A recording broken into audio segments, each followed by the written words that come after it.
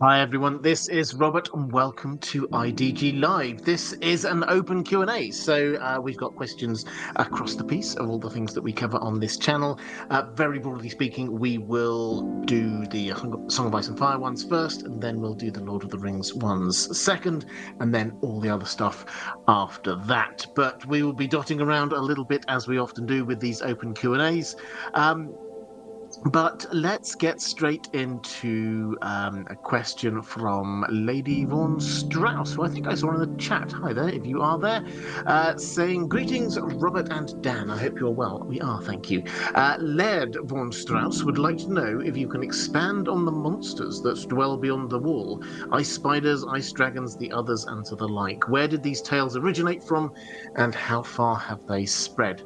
Okay, so I thought I'd break this down very broadly. First of all, we've got some things which do exist. They are what we might call monsters, but at the same time, they're very real. And those are the children of the forest, who are north of the wall, perhaps more north of the wall than there are south of the wall, certainly around Raven's Cave. The giants that are thought of as kind of mythological creatures or creatures from the long past.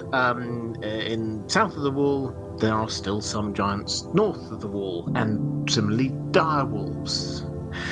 Nobody doubts that any of those three things did used to exist, but they thought that the children of the forest, this is south of the wall, thought the children of the forest had all gone. They thought the giants had all gone, and dire wolves, they do exist, but they don't come to the south. So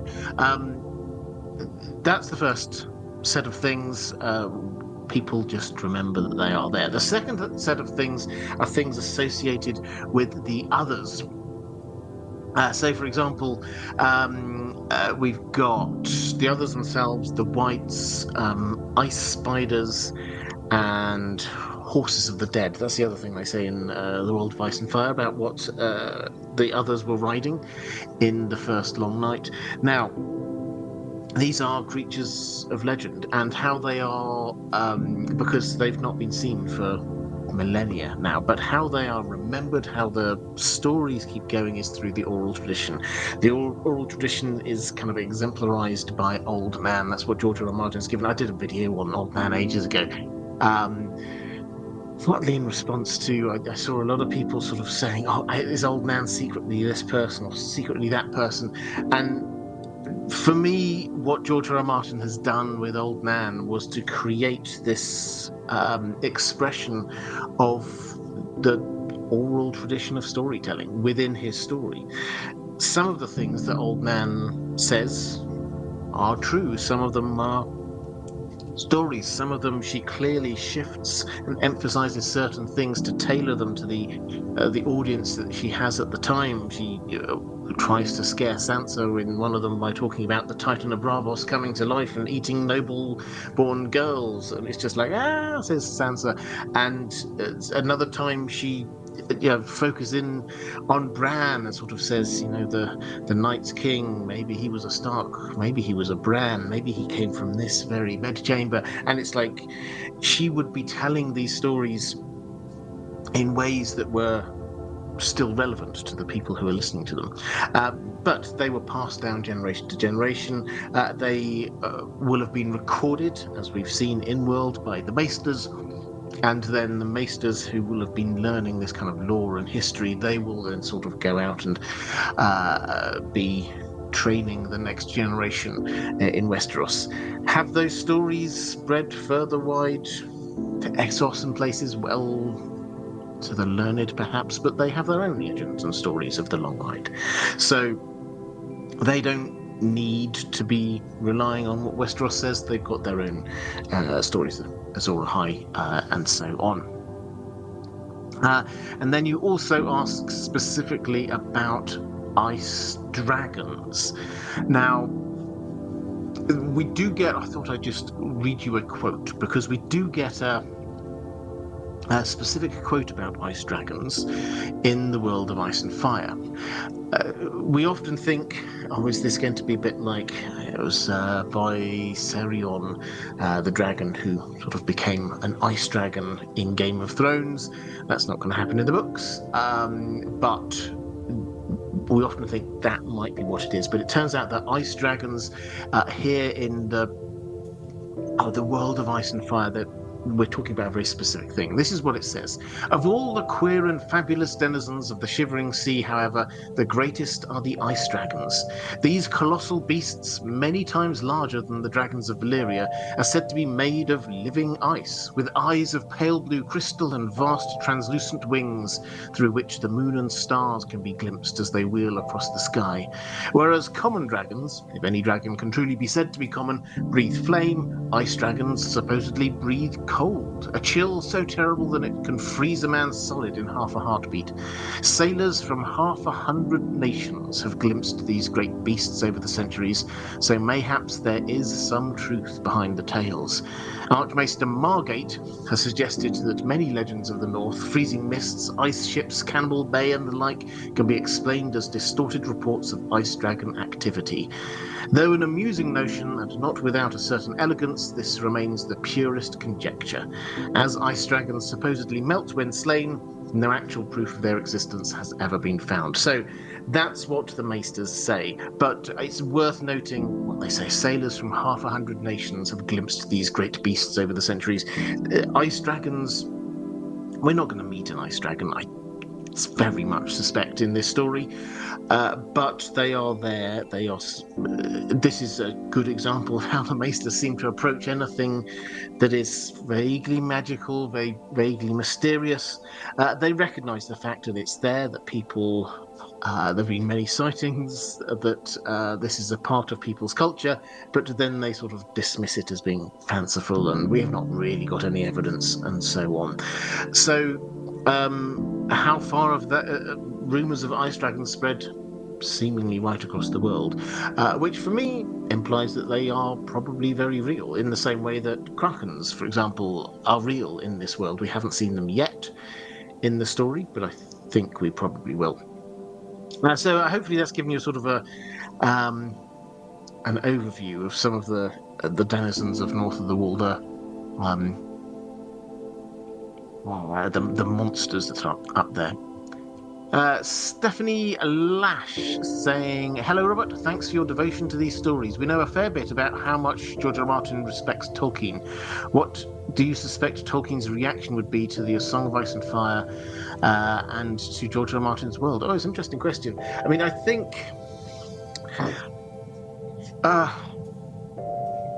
we should be honest and say two things. The first is that I think that Tolkien would have appreciated the quality of the writing. There's no doubt in my mind, at least, George R. Martin does write well. He writes on a number of different levels, and it rewards rereading. And this was something that Tolkien and Lewis, incidentally, have both said at various times, is that this is how you can tell good fiction, when it's not just about charging through the story and getting caught by surprise by the twists and turns of the plot, but it's when you're going back and enjoying the fiction for what it is, the quality of the language, the ebb and flow of the story. That is what makes good fiction, and the fact that we're still coming back to this after all this time shows that this is good fiction. So I think the first thing is that Tolkien would have appreciated it as good fiction. I think he would, though, probably have found it a little bit too dark and visceral and without hope for his tastes. If you've ever sort of come across his reaction to Dune, then you're probably quite close to where he would be thinking about George R. R. Martin. Is that with Dune, then he kind of he actually rejected the opportunity to write a review of it because he didn't want to be rude about something he didn't like in the press, which I very big of him. So he didn't feel that he had to make a particular point about it. He didn't like Dune. The reason he didn't like Dune was that it was doing the opposite to what The Lord of the Rings was doing. The Lord of the Rings is trying to inspire hope and escapism in us, in the reader. Dune is trying to warn you. This is high level-ish, so without wishing to get bogged down in the details, but it's warning you about certain things by taking you on a journey towards a dark place. So Tolkien did not like that as a style. That wasn't what he was about, and he thought that the human spirit was more wanting the uplifting, escapist type of approach. So, I think that Tolkien's approach to George R. R. Martin's work would have been multi-layered, and I suspect George R. R. Martin does understand that and appreciate that. Jay Davitt. Hi, Robert. Frequent listener. My favourite show. Oh, thank you very much. Could you do a top 10 of the books and then of all-time fighters in A Song of Ice and Fire? Of the books and then of all-time fighters. Off the top of my head, it would be quite hard. But in terms of the names that I think, throw some names out in the chat as well if you want. But the names which come up, we can talk, I think, quite easily about who in world the fighters that we know of rated highly. And it's very clear. So Jamie seems to think that Arthur Dayne was the greatest that he ever knew. And then we have Barristan Selmy, who also is somewhere up and around that, but clearly Jamie thought that he was maybe a notch below. Jamie himself was viewed by Barristan Selmy as being the most skilled fighter of his age. When you're coming sort of forward a little bit in time, then you've got to look at some people like Loras Tyrell as being incredibly impactful fighter, also with a very different style, the Mountain. And if you say that the Mountain is a very good fighter, then you also obviously have to go with Oberyn Martell, who did best the Mountain. And if he wasn't trying to extract a confession from the Mountain, he would have killed him and walked away with his life. So you can probably sort of tier list those a little bit if you want. If you go back, then certainly the most famous fighter in the Targaryen era, you're probably looking at Aemon the Dragon Knight. And before that, there's a number of particularly fearsome fighters. Maegor was notably a very fierce fighter. I tend to resist doing these top 10 lists simply because you can miss out things, and it's a matter of personal opinion. But I think what we can do is say, in world, what do people think? And in world, there is this kind of clear within Westeros, at least, there's this clear kind of tier list. Arthur Dayne, over the course of the last couple of decades or so, Arthur Dayne at the top, Barristan Selmy up there as well, Jamie kind of a notch down from that, but still epically good, and so on. When you get over to Essos, then you add in a whole other range of people in there.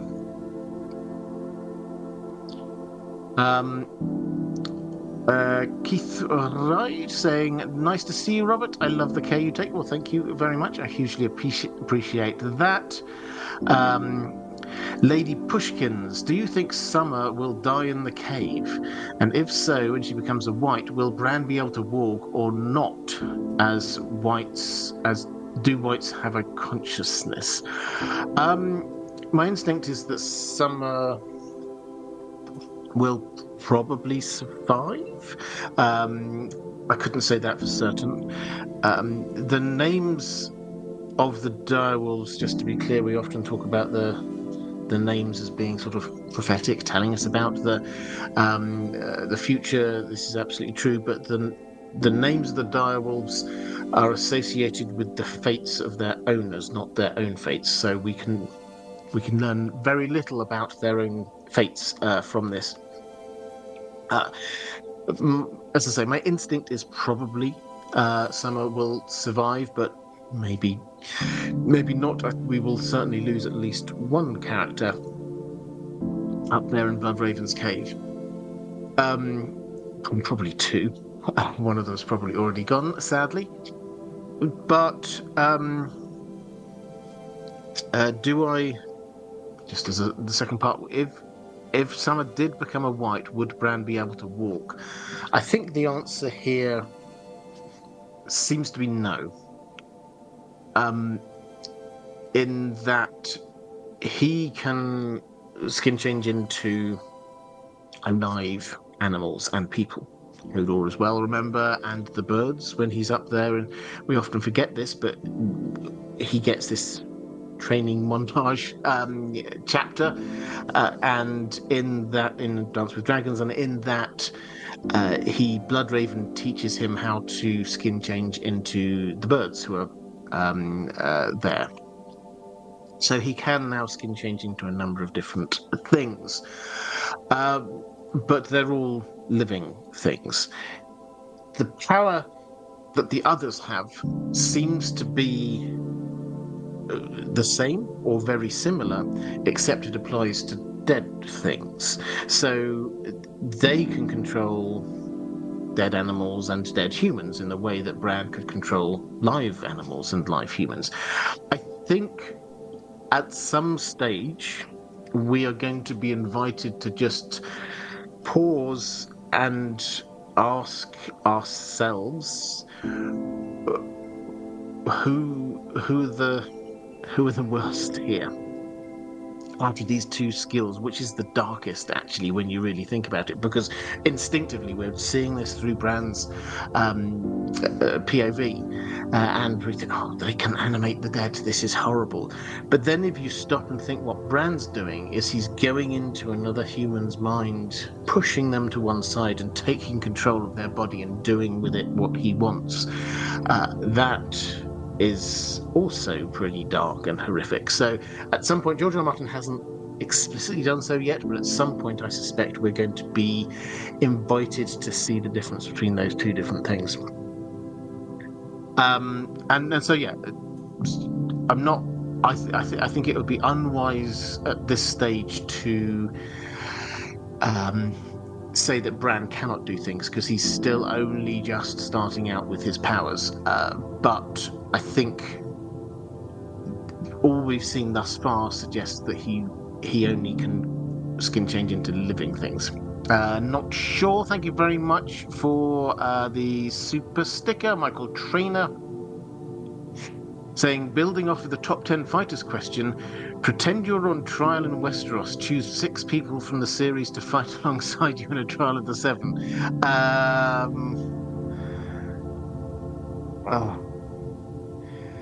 Well, leaving aside any kind of group dynamics of whether they could work together well, probably I would go with something along the lines of what the names that I've cut. I think you have to say people like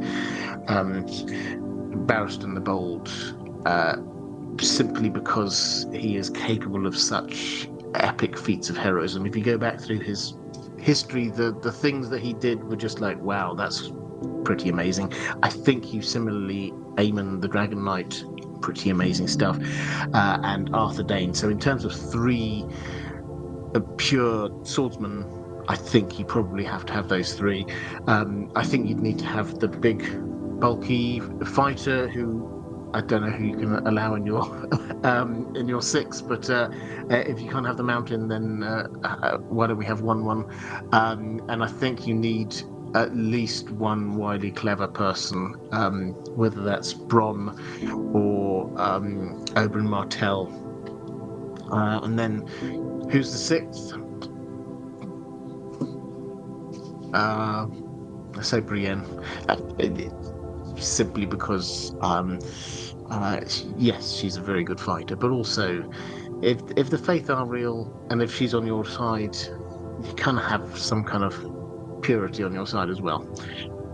So yeah, interesting question. Thank you. Let's Armando suggesting Bran. Bran would be an interesting one to have in your, yes, in your trial. He could certainly do some damage, let's put it that way. But let's go with Catherine Furseth saying, "Hi, Robert, and firstly, thank you for the large output of videos in the past few weeks." Yeah, I kind of upped it a little bit. I had a burst of creativity. All this talk about swords, I've done quite a few videos on swords, actually. Thank you for reminding, just in case you've missed on the main channel. It wasn't intended initially to be a series on swords, but I sort of got on a bit of a roll looking at Valyrian steel swords. So it's like, what actually is Valyrian steel? Where are all of these Valyrian steel swords? And then I've kind of focused in on a few different swords of Blackfire, Dark Sister, Ice. I might do one on Dawn. Would you like one on Dawn? It's not a Valyrian steel sword, but the House Dane sword. I thought that might be quite fun as well. Anyway, all this talk of swords made me think of the strange mirroring of Aegon IV's role in both the ancestral swords of House Targaryen, both of the ancestral swords of House Targaryen, and ending up lost or outside history, giving Blackfire to his bastard Daemon Rivers, and also giving Dark Sister to Bloodraven, another bastard son, if that was him. Do we actually know? If it was, do you think that this was meant as an insult to the last owner, Aemon the Dragon Knight, or were both gifts on a whim? Okay, so let's just do a few quick dates, just so, because we do not know who gave. We know Aegon IV, yes, he gave the sword Blackfire to Daemon Waters, as he was known then, his bastard son, and this was one of the things which it didn't cause the Blackfire Rebellion, because that didn't happen for quite some time after that, but it did allow people to rally around after Daemon Blackfire, as he called himself. So important a gift, he considered that he changed his name to it. So that was clearly very significant, and we know how that transaction happened. Dark Sister, we don't know. So Dark Sister has always been, and was until this point in Targaryen history, it was like the second sword we get in House Targaryen. Blackfire was the sword. This was the sword of Aegon the Conqueror, and the kings had that sword. Aegon the Conqueror had it, Maegor had it, Jaehaerys had it, Viserys had it, Aegon II at his coronation, he had it, held it aloft, you saw in House of the Dragon. After that, we see Daeron I had it as he went into to Dawn, and Aegon IV had it. This was the sword of kings. This was the most important sword. However, they had the second sword, Dark Sister. Dark Sister tended to go to a more sort of, I say, the cool character, not necessarily the king, but somebody who is a chief supporter, lieutenant of the king, somebody who can fight, but maybe then that's not, they're not the king, but they're sort of by the right-hand side of the king. So Visenya had it to start with. We know Aemon the Dragon Knight had it, and Bloodraven had it. Now, Aemon the Dragon Knight died in the year 175, and so that's the point at which the sword became available, as it were. And so he died at some point between 17. I'm getting my dates wrong. He died at some point between 178 and 183. 175 was when Bloodraven was born. So the oldest Bloodraven could have been when he died was when Aemon died was 8. So he's still a child at this point, and although we're told that he still and his mother still had friends in court, he still was the bastard son from a previous not wife of Aegon IV, from mistress of Aegon IV. So he he will have been seen around and about, but he wasn't completely flavour of the month. Now, Aegon died in the year 184, so by this point, Bloodraven's about 9. That still feels too young to me for him to have been given this sword at the age of 9. So, very probably at some point between 184, which was when Aegon IV died, and 195, which was when the first Blackfire Rebellion happened, at some point in that period, Bloodraven got the sword, which kind of makes sense. So when the Blackfire, you forget the years now, just think about the ages. The start of the Blackfire Rebellion, Bloodraven was 20. Daemon was quite a bit older, incidentally, but he was 20. So probably at some point in the few years leading up to that, he will have been given the sword by the king, Daeron II, who, right from the off, when he took power, he knew that there were rumours swirling about his parentage, that maybe Aegon IV didn't want him to be king.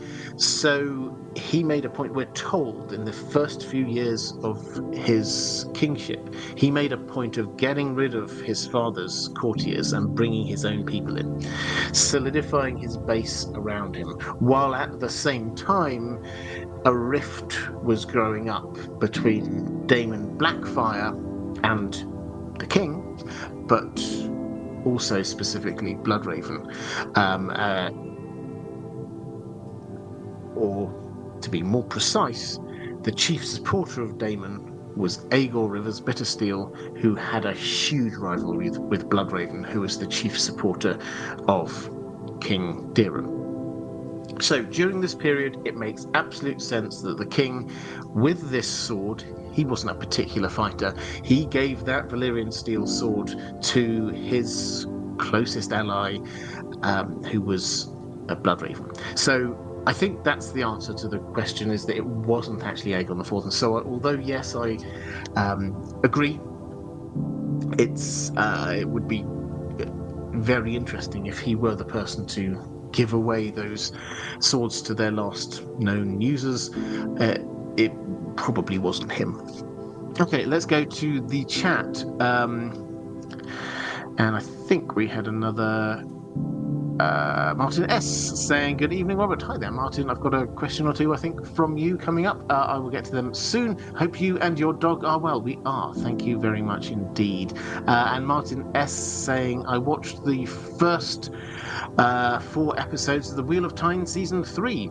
The scene where Matt manages to defeat Galad and Gawain with the staff got adapted. Fun at first, but at the end of the book series, Galad is a better person than Matt, in my opinion. Less fun then.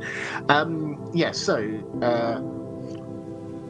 Wheel of Time, I have watched episodes 1 to 3. Don't tell me what happens in episode 4.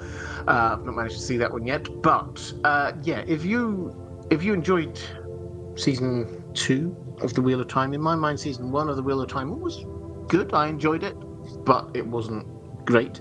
Season 2, I felt, was a big step up.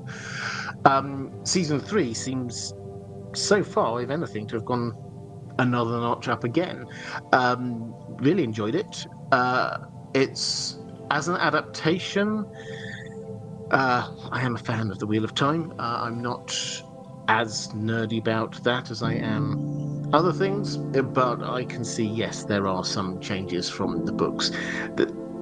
Broadly speaking, the changes were clearly made in order to make a good TV adaptation. And broadly speaking, I kind of like those changes.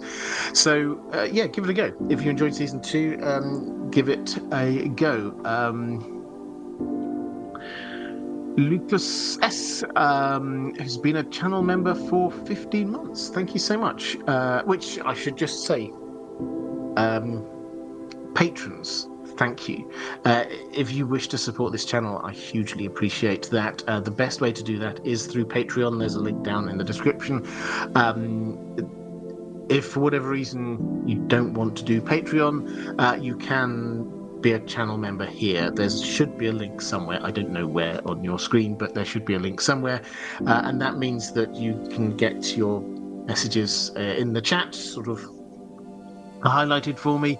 And here Lucas is saying, good evening, Robert and all IDG viewers, sitting around with my cats while listening and playing Helldivers 2. I don't know Helldivers 2, but I'm glad you're enjoying yourself. So thank you very much for that and what I'm doing. Thanks, moderators, you're amazing. Thank you so much. If you're here in the chat, please just give a little bit of love to the moderators because they are absolutely wonderful.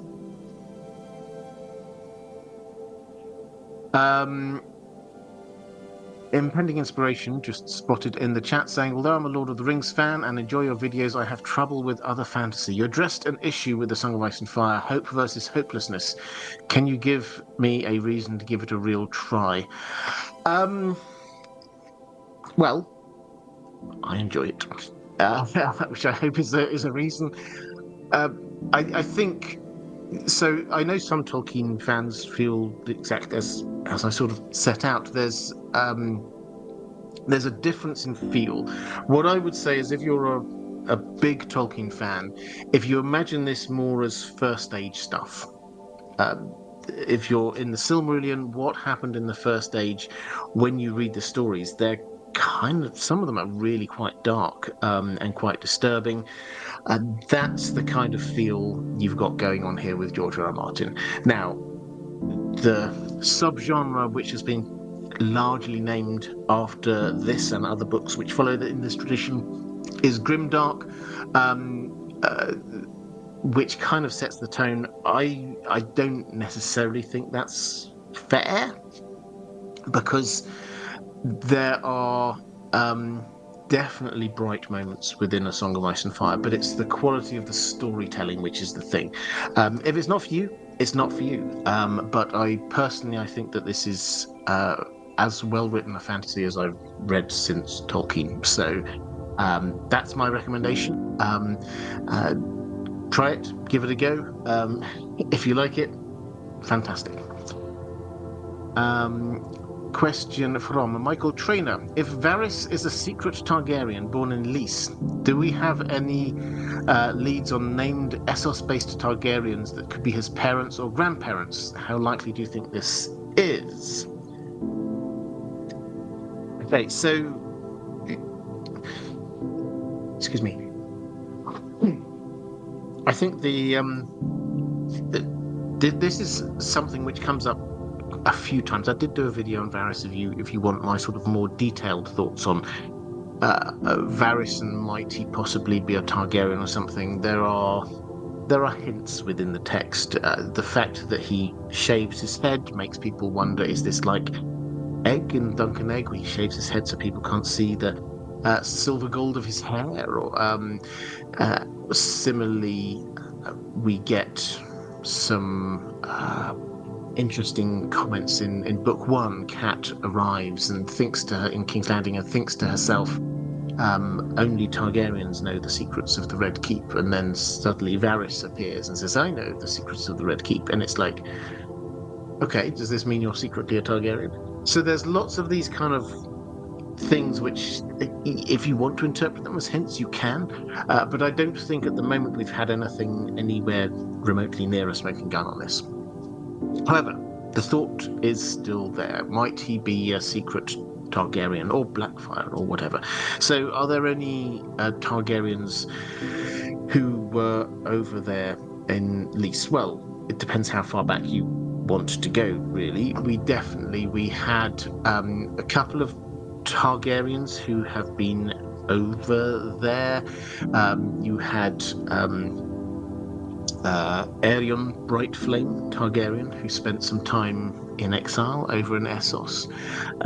You obviously had, if you go further back, Daemon Targaryen was over there for a little while as well. Saera, if you go back to... I've got a question on Saera, actually. Saera Targaryen, if you go back to the time of Jaehaerys and Alicent, one of their daughters, Saera, went over and worked in a pillow house in Lys, and then moved to Volantis and owned a pleasure house there. So there are various Targaryens who have been over there. There's a few others that you could have been. Viserys the Second was over there as a young man as well. There are lots who you could just sort of say they have been over there. And is it possible that therefore he could be a descendant of them? Yes. But I think the other thing is that we don't, because we've not actually been to Lys in the books, certainly not in the show, I think we can easily overlook the fact that a huge amount of people in Lys have got Valyrian heritage. There's more dotted around all of the free cities. Now, this isn't just Targaryens. This is people who have their heritage coming from the Valyrian freehold. Volantis has a lot of people who claim direct ancestry from the Valyrian freehold. So, and obviously we get the Blackfires. We had a few generations of Blackfires who were based over in Essos. So, trying to find someone who could potentially be an ancestor of a random person who is Valyrian or potentially even Targaryen is not hard. There are plenty of options there. How likely do I think it is? I don't think it's likely. For me, the biggest and most intriguing clue is actually if Varys is telling the truth about his background and being handed over to this magician who made a sacrifice of his private parts and then sort of kicked him out. That seems to imply that he must be someone important-ish, unbeknownst to himself, for the simple reason that if a wizard just wished to make a random sacrifice, he didn't need to pay the leader of a troop of mummers to get one of their young stars out. He could have picked up any kid off of the street and used them, but he didn't. He very specifically chose Varys. That's if Varys is to be believed, which he may or may not. In the context of him telling that story, he is trying to prove to Tyrion that he does not like magic. And he's trying to get on Tyrion's side, and that's exactly the kind of story he would have told if he wanted to do that. Gilio's saying, what exactly qualifies someone as king beyond the wall? Is it whomever can unify all the wildlings, the most powerful warlord, or is it totally arbitrary? So, this is not a title that the wildlings themselves use. As you can tell, the king beyond the wall is something that is used by people south of the wall. And people south of the wall seem to, we get this throughout the story, there seems to be this complete confusion about what this idea is, who might be the king beyond the wall, and how do you become king beyond the wall. And you get Selyse, for example, Queen Selyse, Stannis' queen. She is actively trying to, when she's up at the wall, she's actively trying to be doing some politically advantageous marriages between some wildlings and some southerners, and she's there having this conversation with Tormund about who's going to be taking over for Mance and who's next in line. And Tormund's like, that's just not how it works. Don't look for who is the heir, who's Mance's children, where's Mance's child. That's not the point. So it's not inherited. This is not a title that is given to them by the wildlings. This is a title that is used by the people south of the wall when there is a large mass of the wildlings with a clear, distinct leader. Usually when they're heading south for whatever reason. Now, how do they get to be this leader figure? It's whoever they follow. That's the way that they describe it, and as far as we can tell, that seems to be how it works. Mance got to be the leader, the king beyond the wall, because he was the person who pulled everyone together and said we need to go south, and everybody agreed, and they let him lead them. Probably in that he had to fight a few people, but it's not just, they don't have like a big competition and whoever wins the competition and kills everybody else, they get to be a king beyond the wall. If people don't wish to have a big leader, then they just don't follow them. They just stay in their own little tribe. So it's a lot more fluid a position than that of a formal thing. Centuries could go by without a king beyond the wall. Martin S. saying, I think hope versus hopelessness is purely a matter of personal taste and not a matter of quality per se. If you want hope only, George R. Martin isn't for you. Absolutely.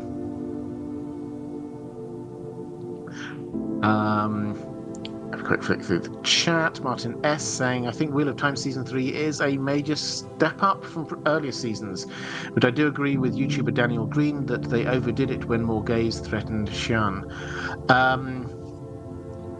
Yeah, I mean, I don't think they get it right all of the time. I personally have no idea. Maybe he'll come back later in Season 3.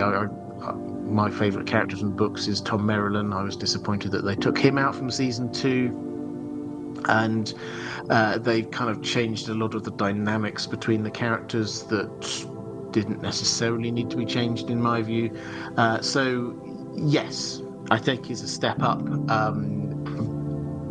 But I can understand the people who do love those books. This is their... And actually... slight digression, but I do think on this sometimes, is that the fandoms are in different places. I've got a question about fandoms a bit later, but I'll say this bit now.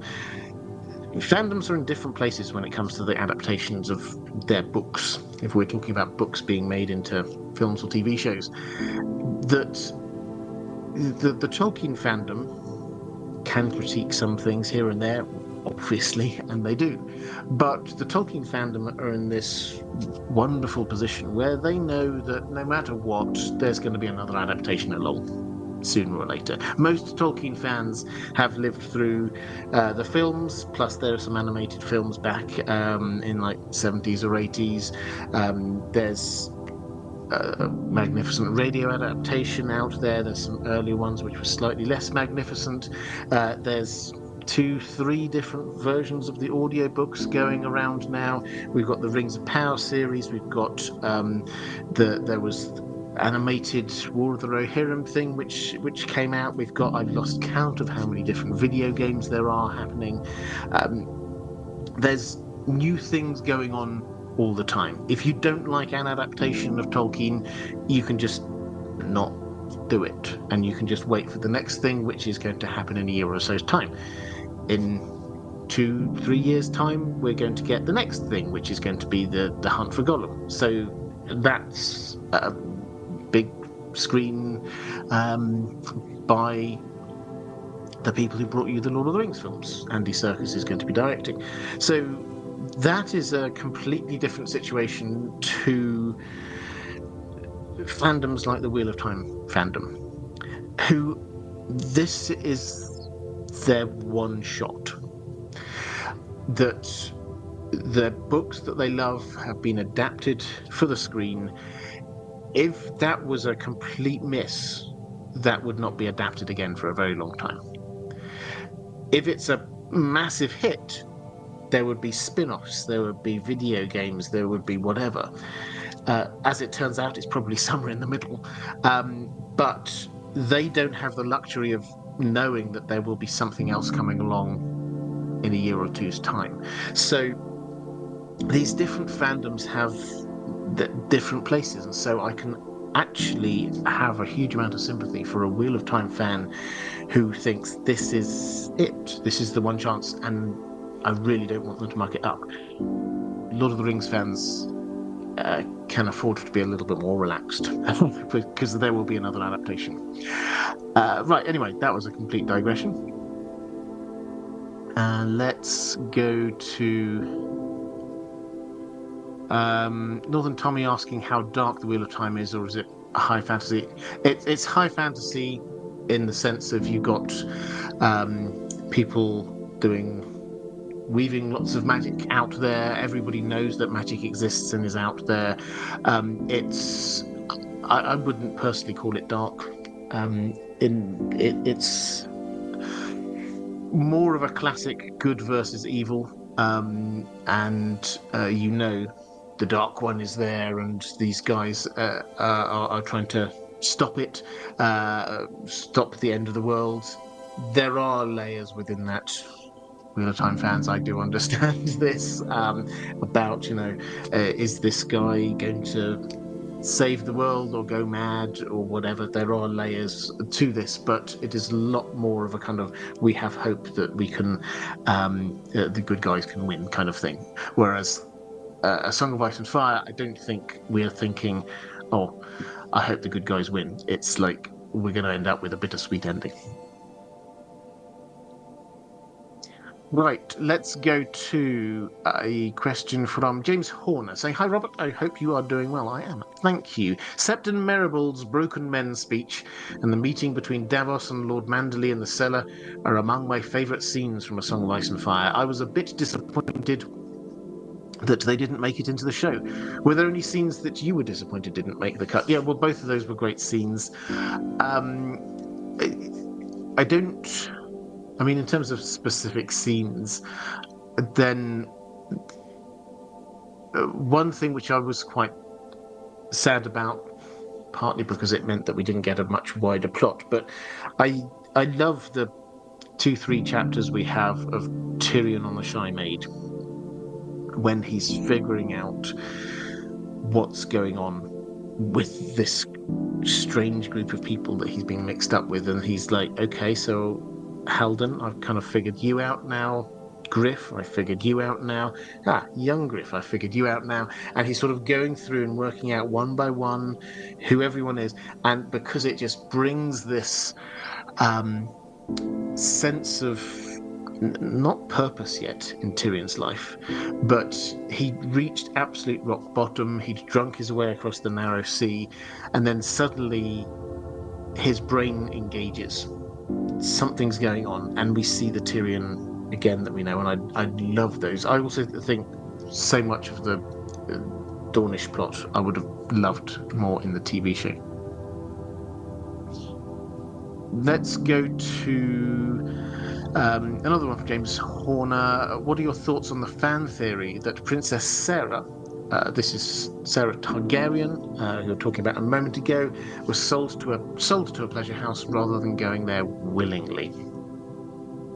So the background here is, so this is the daughter of Jaehaerys and Alicent, the one that seems to have broken Jaehaerys' heart.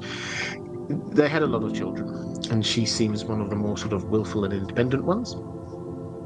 And she was hanging out with some friends. She was still a teenager at the time, hanging out with some friends, and then there was a bit of a scandal that went on. Turns out she'd been sleeping with some people, and Jaehaerys was angry with this, and he sort of confines her to her room, basically, and she tries to escape. She tries to go to the dragon pit and steal a dragon, gets caught, hauled back. Jaehaerys is even more angry with her, so he then sends her to Old Town. You're going to go and learn to be a scepter. She gets sent down there. She obviously hates it, and she escapes. Nobody knows where she's gone. For 6 months she's disappeared, and then she's discovered in Lys, in this pillow house in Lys. And apparently, we're told, she went there of her own volition, and basically Jaehaerys says, she's dead to me now. And Alicent says, no, I want to stay in contact. Maybe she can come back. But Jaehaerys says no. And this sort of the bigger story from the Jaehaerys and Alicent perspective is that this clearly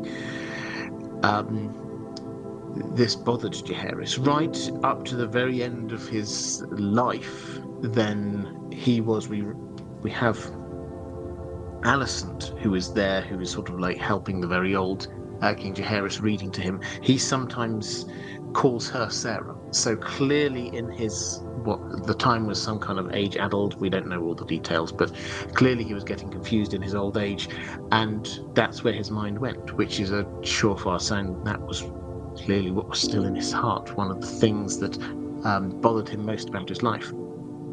Anyway, Saera, she seems to have done well. She moved to Volantis, where she became an owner of a pleasure house, and then she was sort of asked, when Jaehaerys died, they had to have a great council, or Jaehaerys was about to die, they had to have a great council, who's going to take over after him.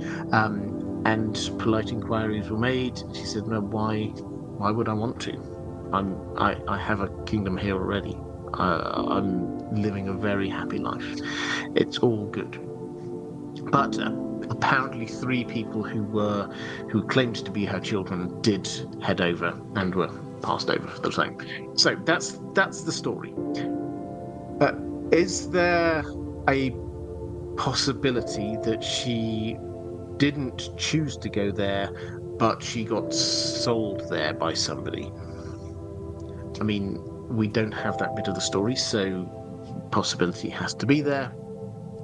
My instinct, though, is that probably not, for the simple reason that we're told Alicent, although Jaehaerys forbade her from having any contact with Saera, then Alicent ignored it.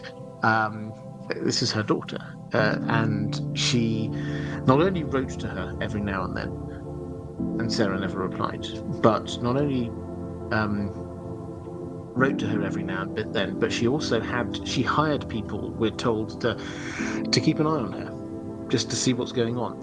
Now, that implies to me that if any hint had come out here that she was taken there not of her own volition, that she did not want to be there, at least, then I think Alicent would have found out and probably would have told Jaehaerys, but we don't get that. Similarly, the fact that Saera doesn't reply to the letters seems to imply that she holds a grudge against them. And if she holds a grudge against them, that's probably because she blames them for everything, and that adds weight to the idea that she ran off. She certainly was trying to escape. She tried to get that dragon. So I've not seen the fan theory. I have to admit I've not read it or seen it anywhere, so I don't know. Maybe there's some more evidence, but subject to any further evidence, that's my basic take on it.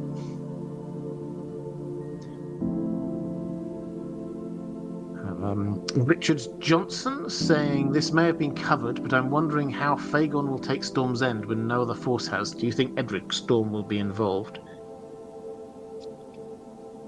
I don't think Edric Storm will necessarily be involved. I forget the name now of the people who've been left in charge of Storm's End. So, because this is quite important. So, Storm's End was kind of left on its own by Stannis, and because Renly fell, basically, he installed people there, and the second in command was a little bit grudging, wanted to be in charge. I kind of have this instinct that it wasn't taken by force. It will have been, they'll have let them in. And why? Well, who are they going to be? Storm's End was where Renly was. Renly's gone, so and he was gone because Stannis took him out, and then Stannis has also disappeared completely and headed up to the wall and abandoned them. The people there don't feel loved by the Baratheons, and if somebody else has turned up, who with Jon Connington, who probably some people will know because he was a lord of the Stormlands, and maybe they just think we should probably back this guy. He's got a massive army, and the Baratheons have abandoned us. So I think it's not going to be a full-out assault. I think they'll just be handed over.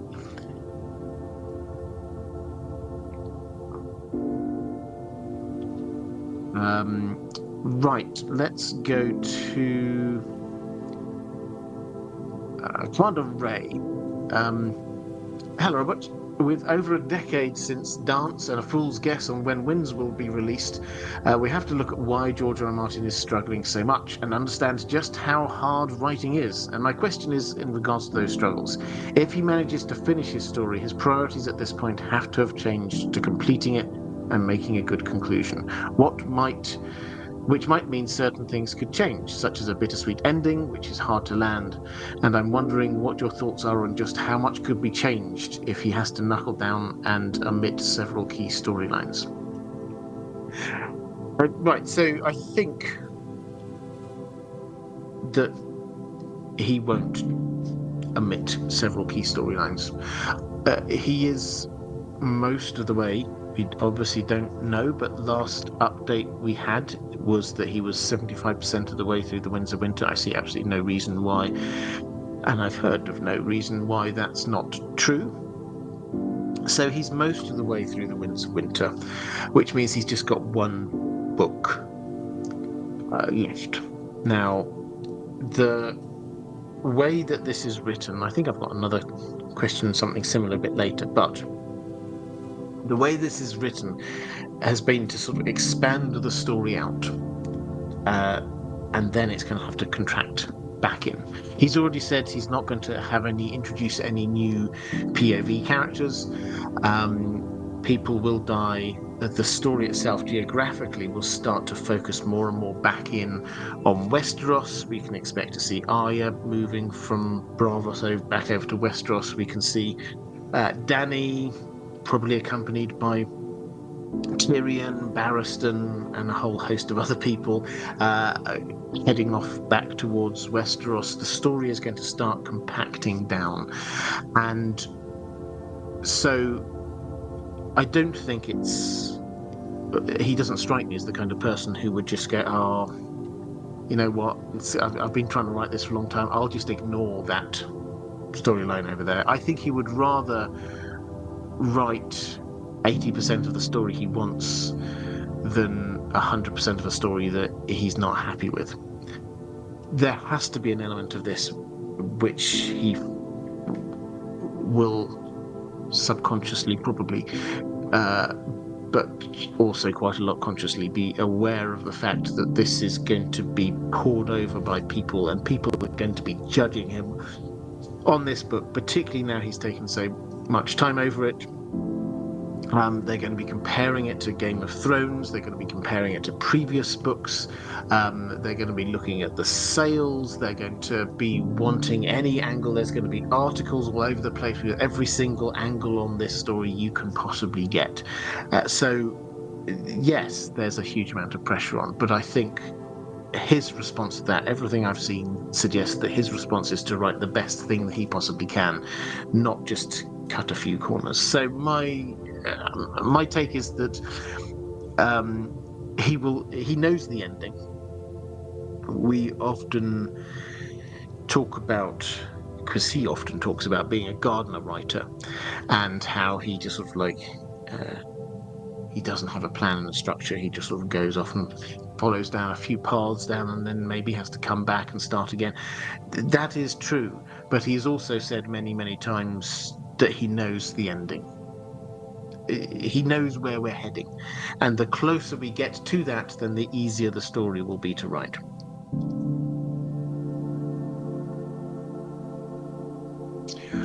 Willie Wiggs 2000. If the playlist Robert, Rhaegar, Lyanna, and all that came back to Patreon, I'll insta sign up. Well, I will. Thank you. I'll take that as a compliment that I suspect it was intended as. If you go onto Patreon, you would be able to find the original things on there. I upload all of the audio and the scripts for all of my videos. I mean, I can't promise that from a few years back I might have missed one or two here or there, but certainly if you're wanting any of my videos, that's one of the perks of being a patron, is you get the scripts and you get the audio. And I will be, just so you're aware of this, I will be redoing every single one of those videos on Robert's Rebellion playlist. I am holding off just for one little bit, for the simple reason that I think we're going to get a whole lot of more information very soon, or if not very soon, then within the year or so, through the stage play. The stage play is going to be based on the tourney at Harrenhal. George R. R. Martin has been very involved in this. He's not the script writer, but they have consulted him. He has been talking to them lots. He will know which things he has to. He is okay for them to be revealing, and I think once we get that, we will get confirmation on a whole load of things, even things as simple and straightforward as the extent to which Rhaegar was trying to use that tournament in order to have a kind of a soft Great Council, in order to kind of launch a soft coup against his father. That bit, I think we will get some clear confirmation on, and we might well get clear confirmation on a whole host of other things. So much happened at the tourney at Harrenhal. So I'm just kind of holding back for a little bit, and for those who haven't kept us up to speed with where this is, and I have to say, probably out of all of the A Song of Ice and Fire related things, other than the books, this is the one I'm most excited about, the stage play. And it is now pretty much written, as far as we can tell. They have pushed this out. I'm not really in the theatre world, but I've spoken to people who are in the London theatre scene, and so what they tell me is that with this, the way that they go is that they sort of run this through with the theatre owners, and they say they sort of sit them down and they have like a proper run through and say, and show them, here's the script, here's the plans, this is what we're wanting to be doing, this is how long it will probably take us to get this up and running, work through all of the practicalities, and then the theatre owners will say if this is something that they're wanting. And this would be quite a big thing. I mean, London theatre, it tends to sell out in the main West End shows, but this would be huge for whoever takes this on. So what we're told is that they've gone through this process, they've talked across the piece to all of these different places, and they have their choice of where to do it. So we're now waiting on confirmation that this is going to happen at such and such a theatre. The timing then is dependent largely on two factors, one of which is, frankly, what's that theatre got on at the moment already? Has that they booked a run until a certain period, because they can't start obviously showing it until whatever's in there at the moment has gone. And secondly, they will have to get it actually set up. They'll have to do the casting. They'll have to do the building, the structure of the set, and any special effects, because increasingly these kinds of things use the magic of theatre to immerse you in what's going on. So I'm expecting they will have to do a whole lot of thinking about stuff to do with the fact that this is a tourney. Are we going to have? We're probably not going to have actual horses going across the stage, but Are they going to do mechanized horses? Are they going to be projecting things? What are they going to do? Puppet horses? I don't know. I've literally no idea how they would do these things, but that would all take a little while. The thinking was 2025, so we've still got 9 months in the year. That's still eminently doable, and if I had to guess, probably in the last quarter of this year.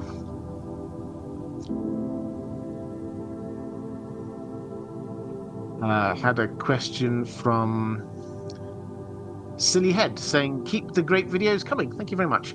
The biggest difference between the show ending and the book ending, what would you predict? That is, if we ever get to the dang books. Well, I mean, a lot of this depends on what you count as the biggest differences. I remember back at he's been a slightly more sort of open since then, but I can remember back at the time when Game of Thrones season 8 came out and George R. R. Martin was asked, is the ending of the book going to be the same as the show? And he said yes and no and yes and no and yes and no.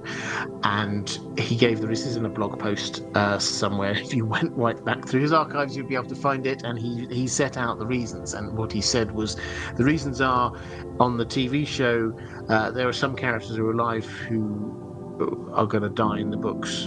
There are some characters in the books who have never even been on the TV show, who will have quite a big impact, and there are some characters who he didn't quite say it in this way, but the endings that they get, because they've contracted storylines and the butterfly effects of stuff that's happened over 8 seasons, some people's endings will be different.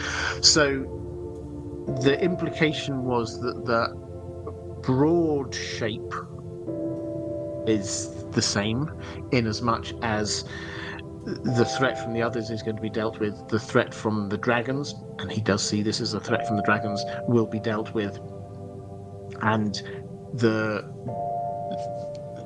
people of Westeros will have to kind of pick up the pieces afterwards. That's the sort of the broad feel of the ending. I think the bit that I think it's pretty clear is going to be very, very different is the ending of the others, because we weren't told anything really about what they were wanting, the White Walkers on the TV show, what they're wanting, why they were there. They came up, they had a big battle, and then Arya killed the Night King, and that was it. That I'm pretty sure is not going to be how this ends in the TV show. I think there will be some degree of what I think they were hinting at in the TV show, of undoing the magic that has brought about the others in the first place. But it's not just let's have a big set piece battle at the end of which Arya's going to stab someone. Let's go to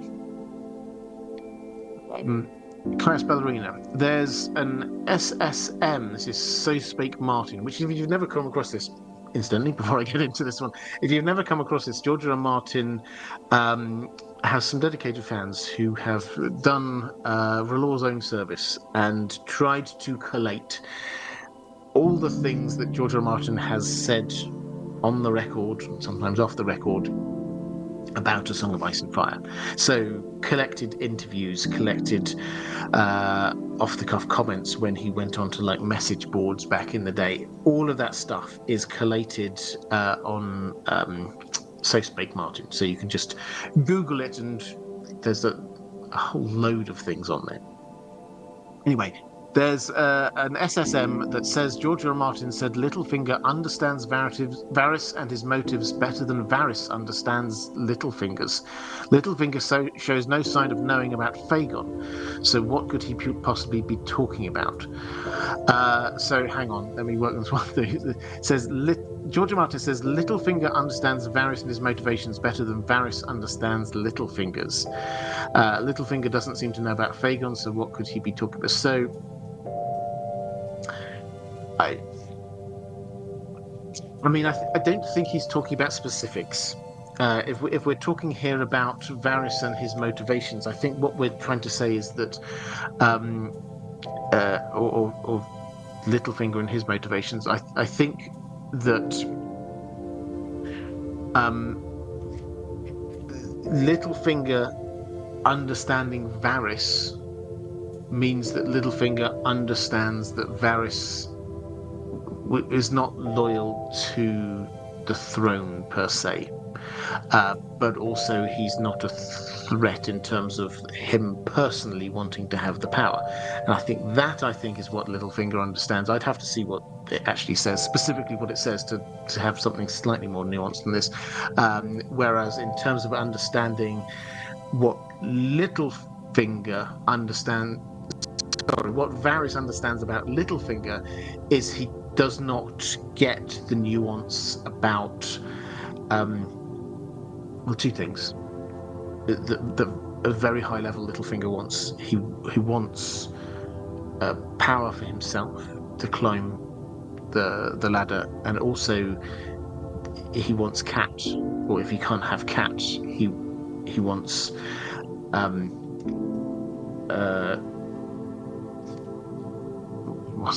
I always forget her name? Cat's daughter, Sansa. How always have a mind blank on one thing every single time.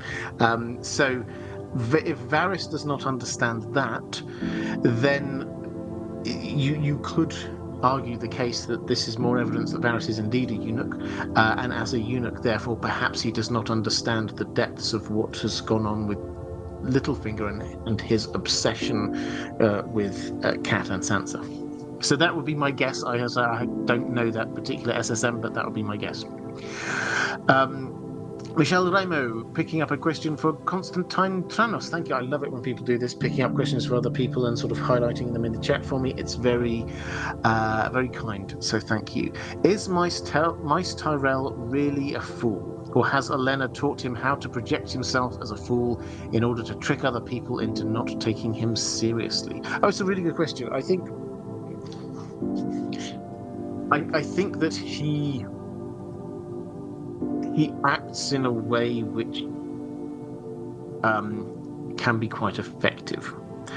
The question is whether he does that on his own volition, or whether he is doing what he does because he's influenced to do it by Olenna or someone else in the Tyrells, and she wants to keep up, this idea that he's a bit of a bumbling fool. So the classic example is in Robert's Rebellion. The Tyrells have got the largest, just to be clear, the Tyrells have got the largest army in Westeros. Which side of this war they came out on was going to play a huge part in deciding who won that war.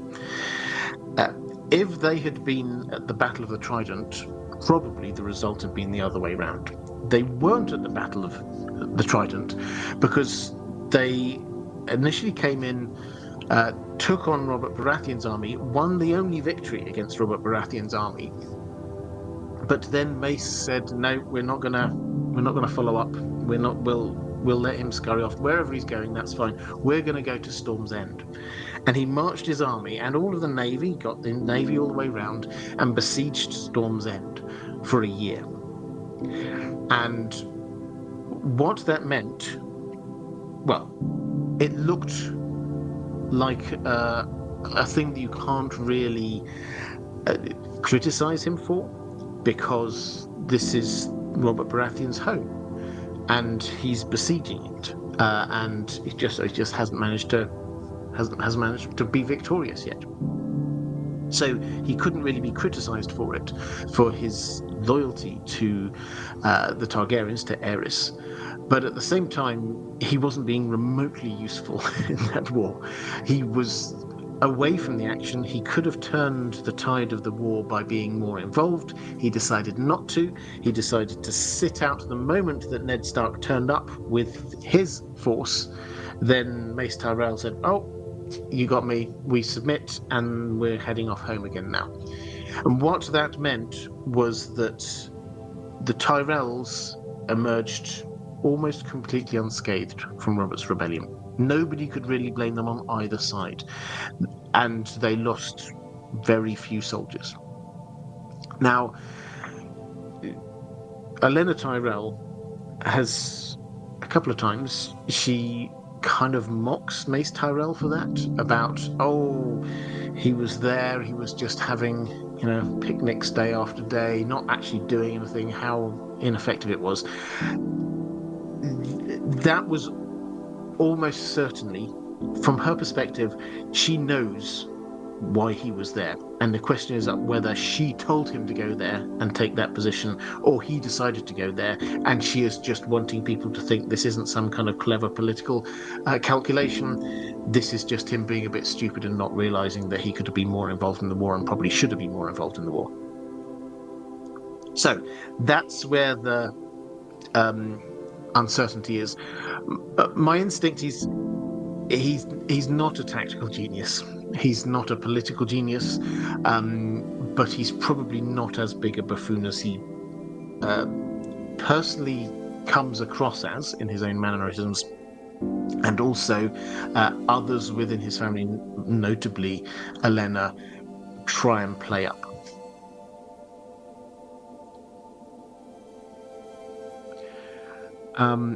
Because actually, if you stop and think, well, why would he do that? It's because actually they don't want. I said they've got the biggest army, and they are a very rich family. That they, during time of war, this is where the vast majority of the food is going to come from. They are incredibly important, and yet they're not particularly warlike, and they seem quite happy to be staying out of things. And so if they keep their heads down and people don't think that they're plotting, then they can probably get away with quite a lot.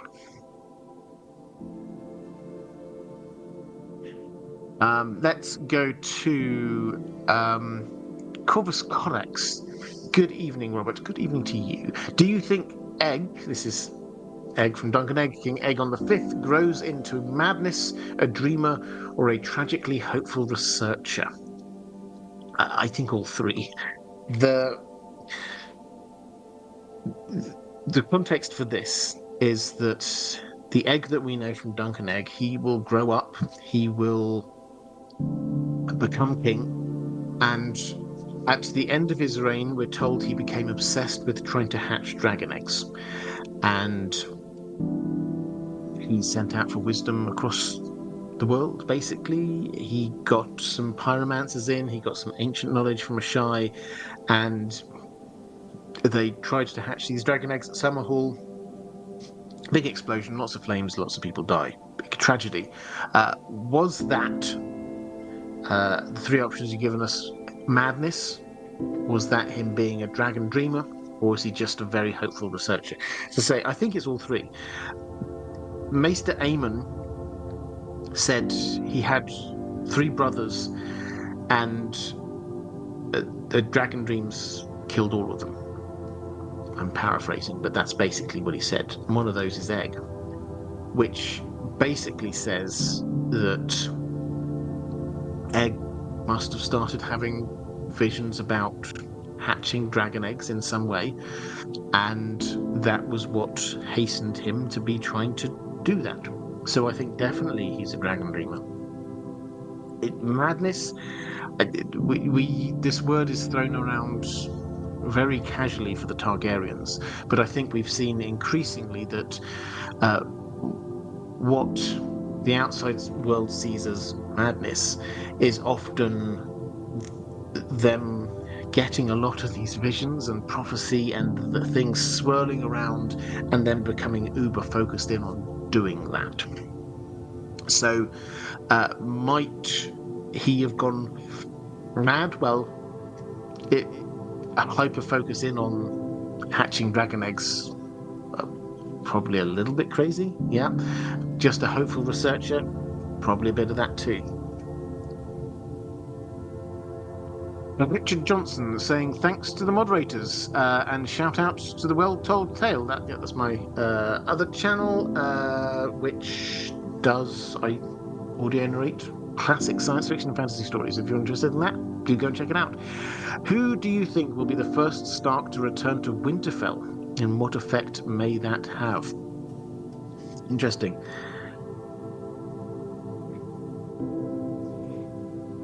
So let's run through them. Arya is a long way away, and is not, I think, going to return in this kind of first tranche of Stark going back there. Bran is also a long way away, and at the moment has no particular reason to return. At some point he will, I'm pretty sure, but not yet. Sansa is stuck in the Vale. Littlefinger will take her up to the north at some point, but not immediately. The plan, as he has explained it to her, is to get her married to Harry the Heir, then reveal her true identity, then take an army from the Vale up to the north and claim it for her. That will take a little while to do. So really we've got the two Starks who are in the north right now left. We've got Jon, if we're counting him as a Stark, and Rickon. Now, Davos has gone to try and find Rickon, Skagos is quite a long way away, but though the timelines aren't 100% clear, it does seem as if the Davos heading off thing, although it's the last we know of what he's done, that seems to have been a couple of months ago, before the events that we think of as the end of A Dance of Dragons. So he's probably got up to Skagos and is doing things. It's just that George R. R. Martin, all of the characters within each book, the POV characters, have some kind of an arc within that book. And George R. R. Martin obviously thought, well, I'm going to end Davos's arc here when he's heading off, rather than partway through his mission. So I imagine we will get, probably quite early on, a Davos chapter or two to help his storyline catch up, his timeline catch up with the rest, if that makes sense. And as a result, he will probably come in. The Manderleys, their cunning plan is, they haven't said it in exactly these terms, but they are going to try and turn on gather loyal Northerners to turn on the Freys and turn on the Boltons, and they need to have a Stark figurehead for everybody to rally around. They can't just get rid of the Boltons and just all sit there in an empty Winterfell. They need somebody to say, here, boom, here's the Stark in Winterfell. And so instinctively I think that Rickon will be the first to return, and whether he will survive very long is a different matter. Jon, however, will be hot on the heels. I'm pretty sure of that. He, obviously, the last we see of him is dying, so he needs to come back. But when he comes back, there is every indication, I think, that he will just go ahead with what he said he was going to do before he died, which is go to Winterfell. So those two are the two most likely. If I had to guess, it's Rickon slightly before Jon.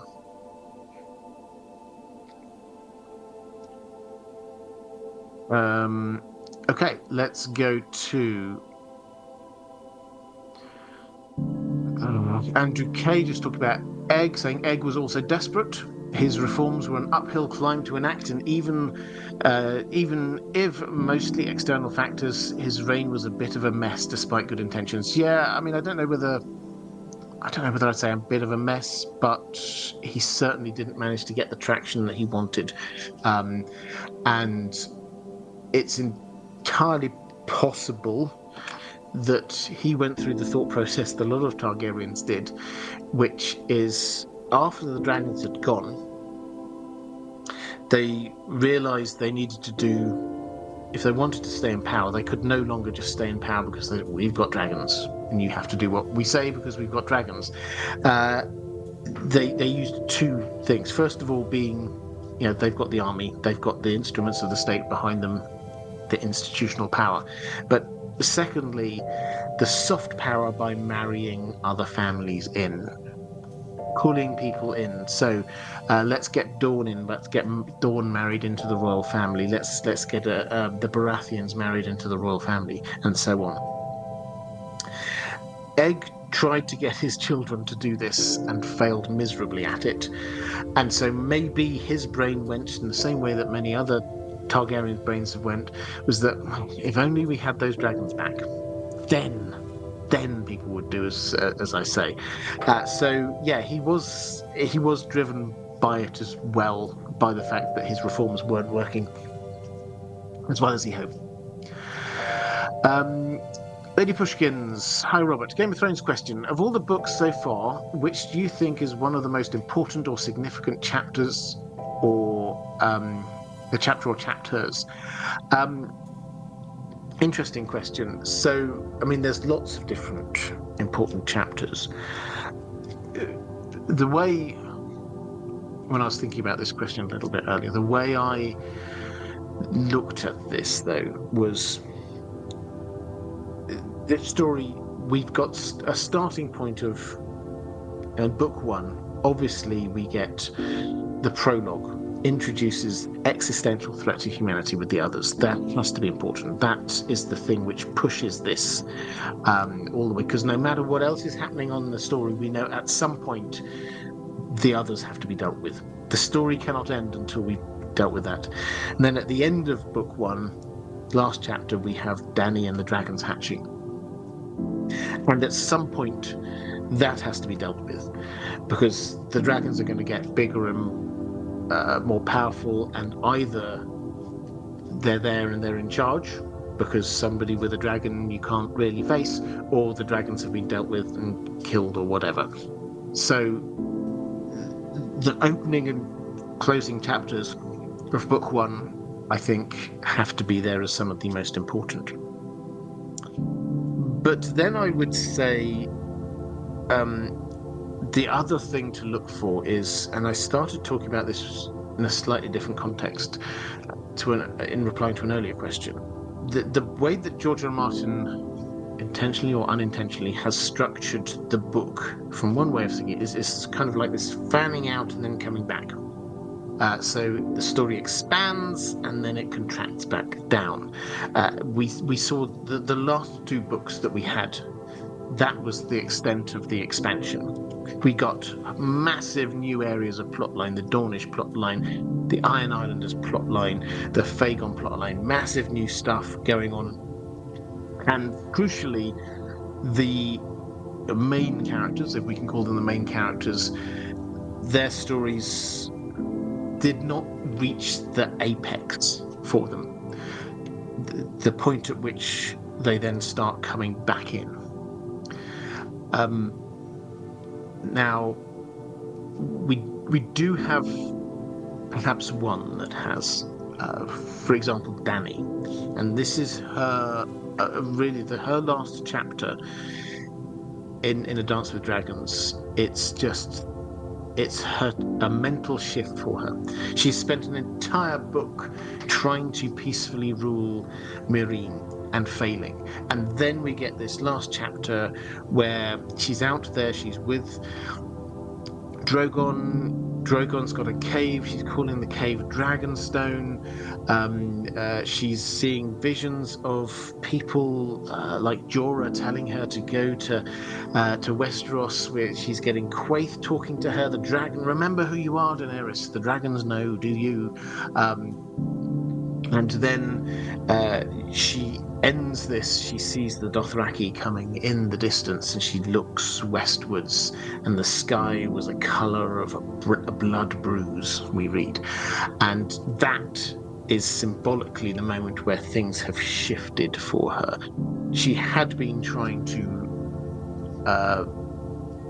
rule wisely and peacefully over Meereen, but now she's accepting she's going to go back to Westeros. She's going to do the fire and blood thing. Now, that's not just me speculating. George R. R. Martin has confirmed that. Look at the Meereenese blot.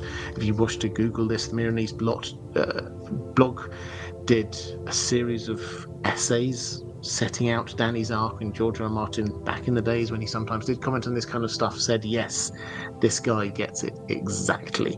So that is, I think, one of the most important chapters. The Dany chapter right at the end of A Dance with Dragons, when the narrative tone shifts. We don't see it, we don't think of it as being a hinge point yet because we haven't seen what happens next. But after that, she is then going to be shifting down to a point where the visions we've seen from the House of the Undying, it appears that the Dosh Khaleen, they're going to be bowing before her. She's maybe going to be leading the Dothraki. She's going to be going back to Meereen, setting off to go take Westeros. This is the shift in direction for her. John similarly has perhaps the start of this pivot moment. We had the chapter where he decides, and whether this is the most important one or maybe the first chapter when he's back in Winds will be, but he makes the decision. After all of books, 1 to 5, he is there basically committing to the Night's Watch. He's there defending the wall. He's there trying to gather the forces together to defend against the others. His sights have always been facing north. When we get to that last chapter for him in A Dance with Dragons, he gets the pink letter, his eyes turn south once more, and he says, right, I'm going to Winterfell. I'm going to sort out this mess. He'd been resisting it. Stannis had been trying to get him to go there. He'd been resisting it. And now he's shifted and he's going to go. That is his pivot moment. From this moment on, he's joined in with this army idea. I'm going to get the north sorted, and then we're going to be focusing in on the others. So those two characters, that's where their pivot moments are going to happen. Tyrion is nearly there. I have a feeling that his proper pivot moment, we spoke already, he was very much focused in on Westeros. His story in A Dance with the Dragons is him slowly, layers of himself are just sort of getting slowly ripped off, and he's now going to be finding something new to drive him, which is going to be a new role. Whether this is advisor to Dany, he's going to find the dragons that he's been dreaming about since he was a child. He's going to find new things to focus in on. So that's his pivot moment, and we're probably going to see that a few chapters into the Winds of Winter. Bran's, I spoke about it a little bit earlier in the stream. He's had this chapter where he is now being taught the magic. All of his story up to this point is taking him up to the furthest reaches, and a lot of these, when I'm talking about these pivot points, often they're in far geographical points, and then the people are going to be coming back. For Bran, he's gone all the way up to Bloodraven's cave. Bloodraven has taught him now how to do the skin changing properly, how to use the weirwood trees, to be seeing through the weirwood trees. From this moment on, he might have another chapter or two of being trained, but his path is now set, and he is now, after 5 books of getting him there, he is now becoming what he was going to become.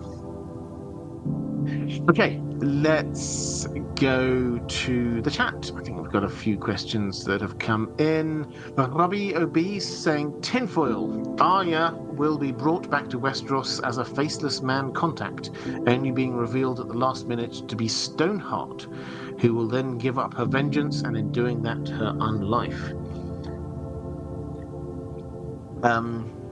Okay, so she's going to be brought back to Westeros on a faceless man contract, which was to kill Lady Stoneheart. Okay. So somebody will have had to take out that contract to kill her. I do like. I mean, I'm open to this idea that Lady Stoneheart. What I want is for her to voluntarily be giving up her unlife because she finds her children are alive. But I'm also open to this idea of Arya doing a kind of a mercy killing on her. She is mercy. So that's entirely possible. But yeah, fun tinfoil. Thank you. Jay Shuffle Boston saying, put on your tinfoil hat. Do you think that Euron walked into his crew at one time to go into Old Valyria to fetch things like his suit of armor? And when one would die, he would walk into another. Yeah, okay, so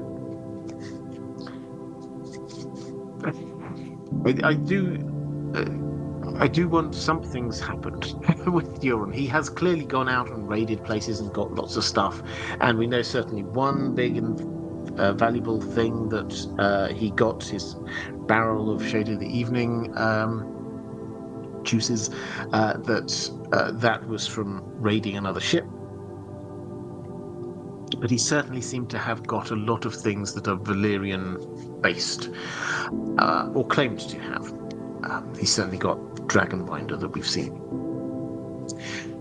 George R. R. Martin has gone to great pains to tell us quite how dangerous going to Old Valyria is now. He told us in The World of Ice and Fire. He gave us several examples of people who've gone in there when we got to Fire and Blood and didn't come back out. We got to Fire and Blood. We got the story of Arya Targaryen and Balerion, who seem to have gone there. Again and again, we get stories of Uncle Geryon, the Tyrion's Uncle Geryon, who went off there and just don't return. So he's gone out of his way to tell us quite how dangerous this is. And for Euron to have apparently gone there and survived just adds to his mystique. Now, I don't think we're ever going to get a confirmation on this one way or another, because Euron likes the mystique. He likes the way that people would think, you did that, wow, maybe you are this kind of strange superhuman godlike figure, which is what he's wanting. So I don't think we're going to get to that. I do think that there's a fair chance that he does have some kind of skin-changing powers and some kind of magical powers. I think certainly he is, if not skin-changing into, then perhaps seeing through the eyes of the Dusky Woman, the gift that he gave to Victarion. And if he went to Old Valyria, he would not have gone himself. That much I think is pretty clear. From his approach with Victarion, he's decided that he wants a dragon and he wants to marry Dany. But he doesn't go out himself.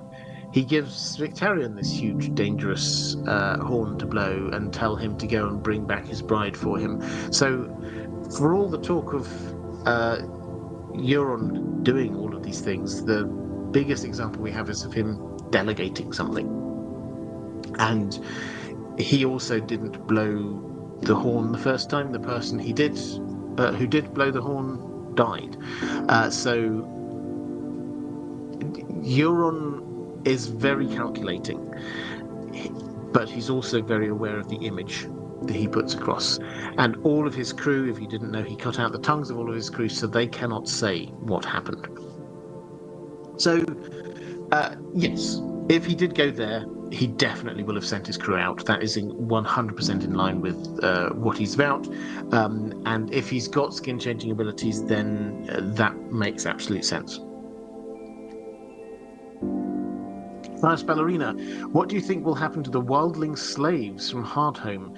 Never brought up again? Could Dany free them and get wildlings on her side, or something else. So some wildlings were captured from Hardhome. So all of the wildlings went up to Hardhome. So all of the wildlings went up to Hardhome. After we get to the battle under the wall, the wildlings scattered. They lost. Stannis arrived. Maybe the wildlings would have won. Maybe they could eventually have breached the wall. Who knows? They were actually doing a reasonable job. Stannis' army arrives. They scatter. Some of them stay nearby, negotiate a little bit more with Jon, etc., and those ones managed to get it back in. Some of them went further afield. A large amount seem to have headed off to Hardhome, which is this place, we talked about it, I think, on the last live stream. It's this, the remains of what used to be the closest thing the wildlings had to a city. But then there was some massive explosion.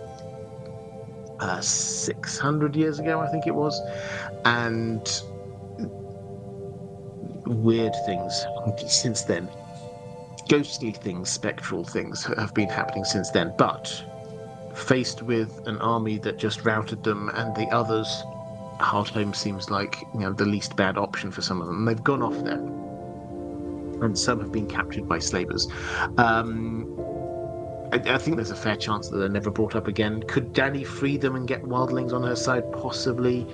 The thing with Dany and her invasion coalition, which is what it is that far from this being what I think she probably has in her mind as being her returning as the rightful Westerosi ruler, this is going to look like all of the foreigners from different parts who've come to invade Westeros. It's going to have the Dothraki, it's going to have the Unsullied, it's going to have dragons that nobody's seen, it's going to have sellsword companies from Essos, it's going to have this strange coalition of all of these different people. Probably it's going to have a whole load of at least one Red Priest of R'hllor, quite possibly a whole load of others joining in. This is going to feel very foreign. So the idea of maybe picking up a few random wildlings as well, this is very much on brand. But probably nothing is the boring answer. Marty, how interested are you in rough drafts of the books? Redditor got hold of many and found some interesting stuff. For example, Hugh did poison Jon Arryn. Well, I mean, rough drafts of the books. I'm interested in stuff that George R. R. Martin has officially released. In one way, shape, or form.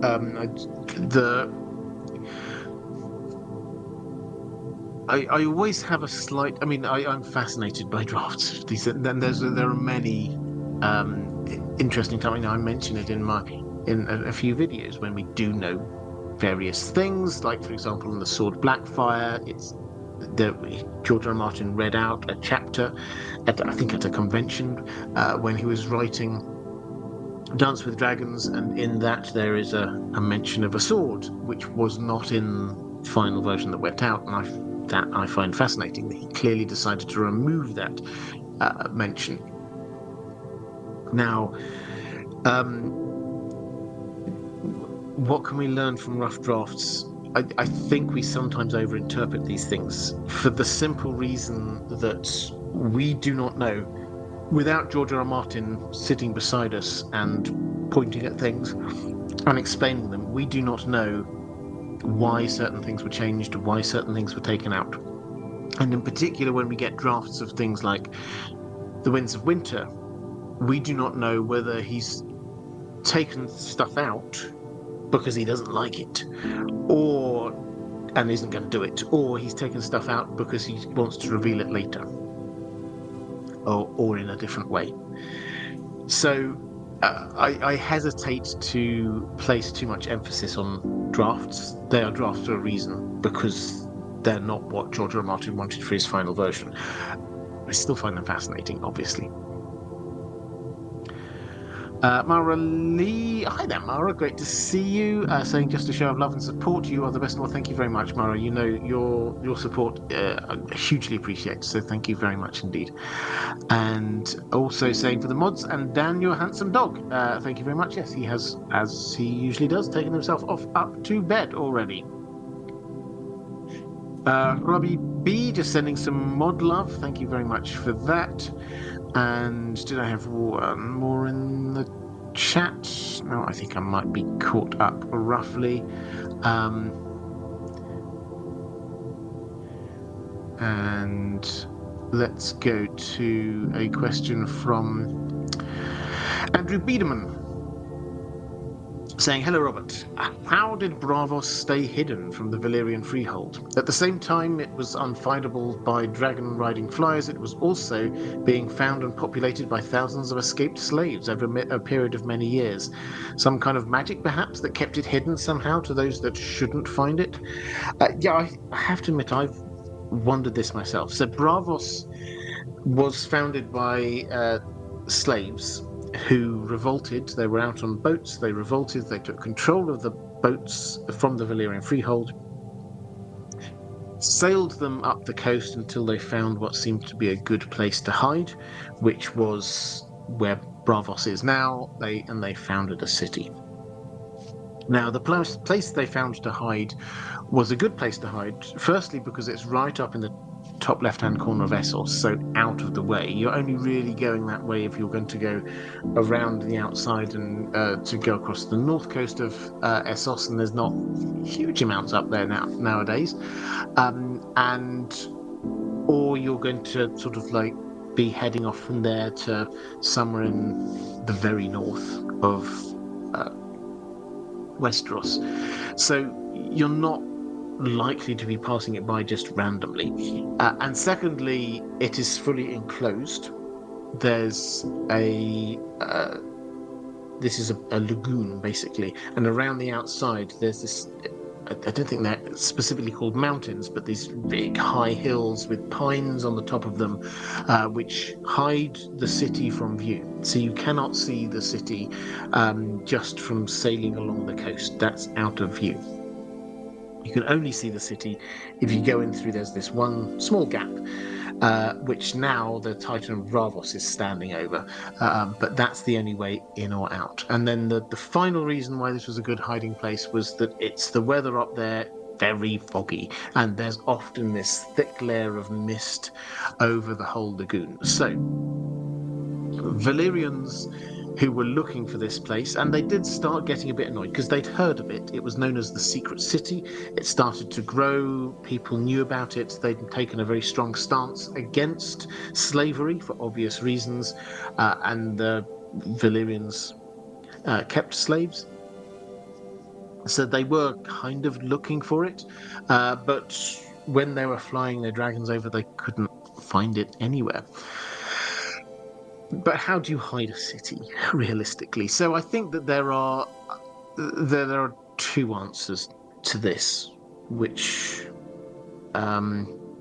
is probably a bit of both. First, you ask, is there some kind of magical hiding magic?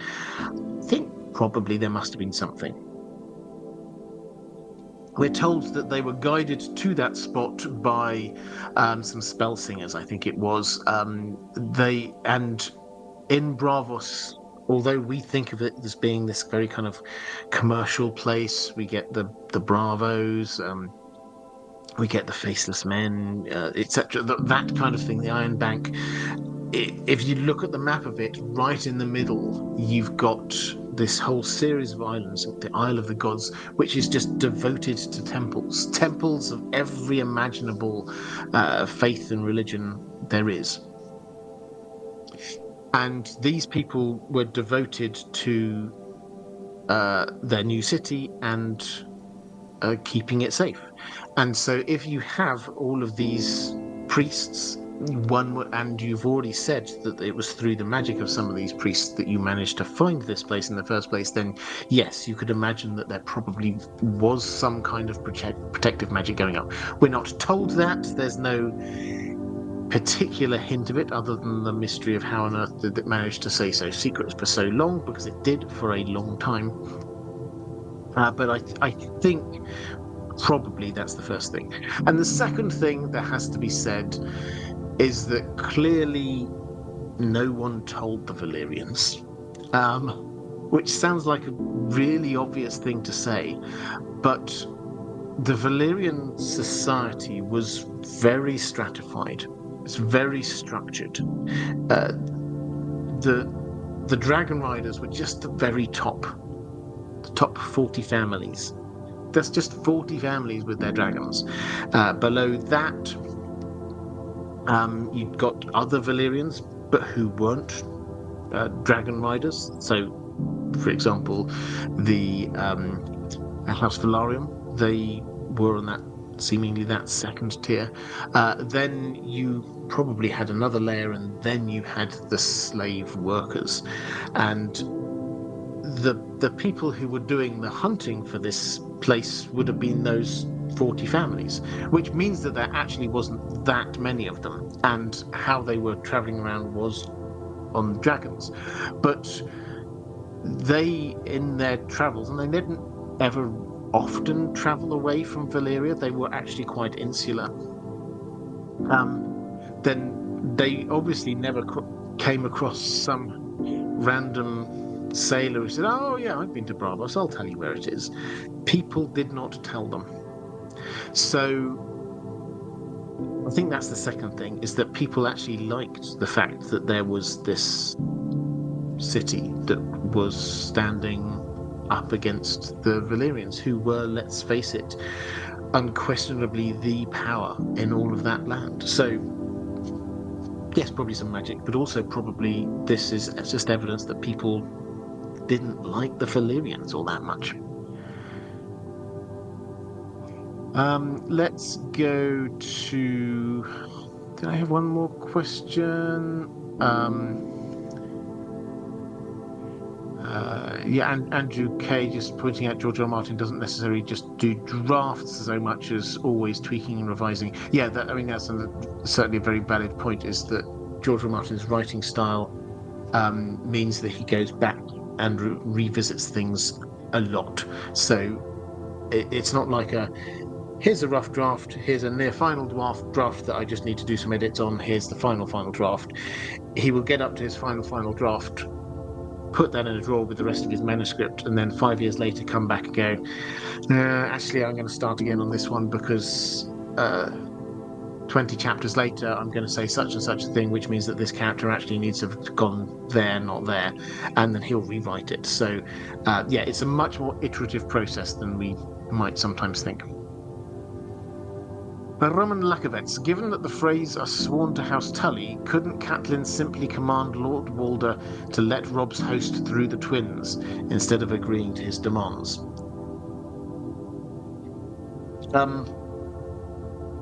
Theoretically, but she was not in House Tully. She was a Stark now. She had changed. So although obviously everyone knows that she was born in the Tullys, she was there on behalf of the Starks. And at the time, then the Tullys were in quite a bad way, geopolitically, it has to be said. They were being besieged in Riverrun. The Lannisters had been going across the Riverlands and been burning down villages and farms and destroying huge amounts of lands. The Riverlands were a mess. So the Tullys weren't really in a strong position at the time. And Walder Frey knew that he was. So could she have gone in there and just sort of said, "Look, Walder, you'll do this now, because otherwise the Tullys will come down hard on you"? She could have done that, but at the same time he would have then said, "Well, okay, I will just shut my gates and nobody's coming across here," and that would have completely changed the outcome of the war, and probably Riverrun would have been lost. so they wouldn't have been able to do it. So he basically he knew that the strength of his position, and he was willing to leverage it for as much as he could. It's probably fair to say that this will have factored into his mind when the Red Wedding happened, and he's deciding which way is he going to go. I've got a question about this in a moment, actually, but he's decided which way is he going to go. Is he going to stick with Robb Stark, or is he going to move over to support the Lannisters? The idea that he's not in House Tully's good books and he's not in the Stark's good books will have played a little part in that as well, I'm sure. He will have thought to himself, well, it's not as if they really like me anymore. They feel that I've been extracting everything I can from them. They're not exactly about to shower me with lots of gifts. Roman Lukovitz saying, to be fair, she used her status as a Tully to arrest Tyrion. She did, but it wasn't as a Tully. It was with the love that you have for the loyalty you have for my family. If that makes sense. Now, there was also, in a world which was not at war, when the Tullys were just down the road, that was a very different situation than a world that was at war, and the Tullys couldn't even leave their castle. So that's a very different power dynamic going on.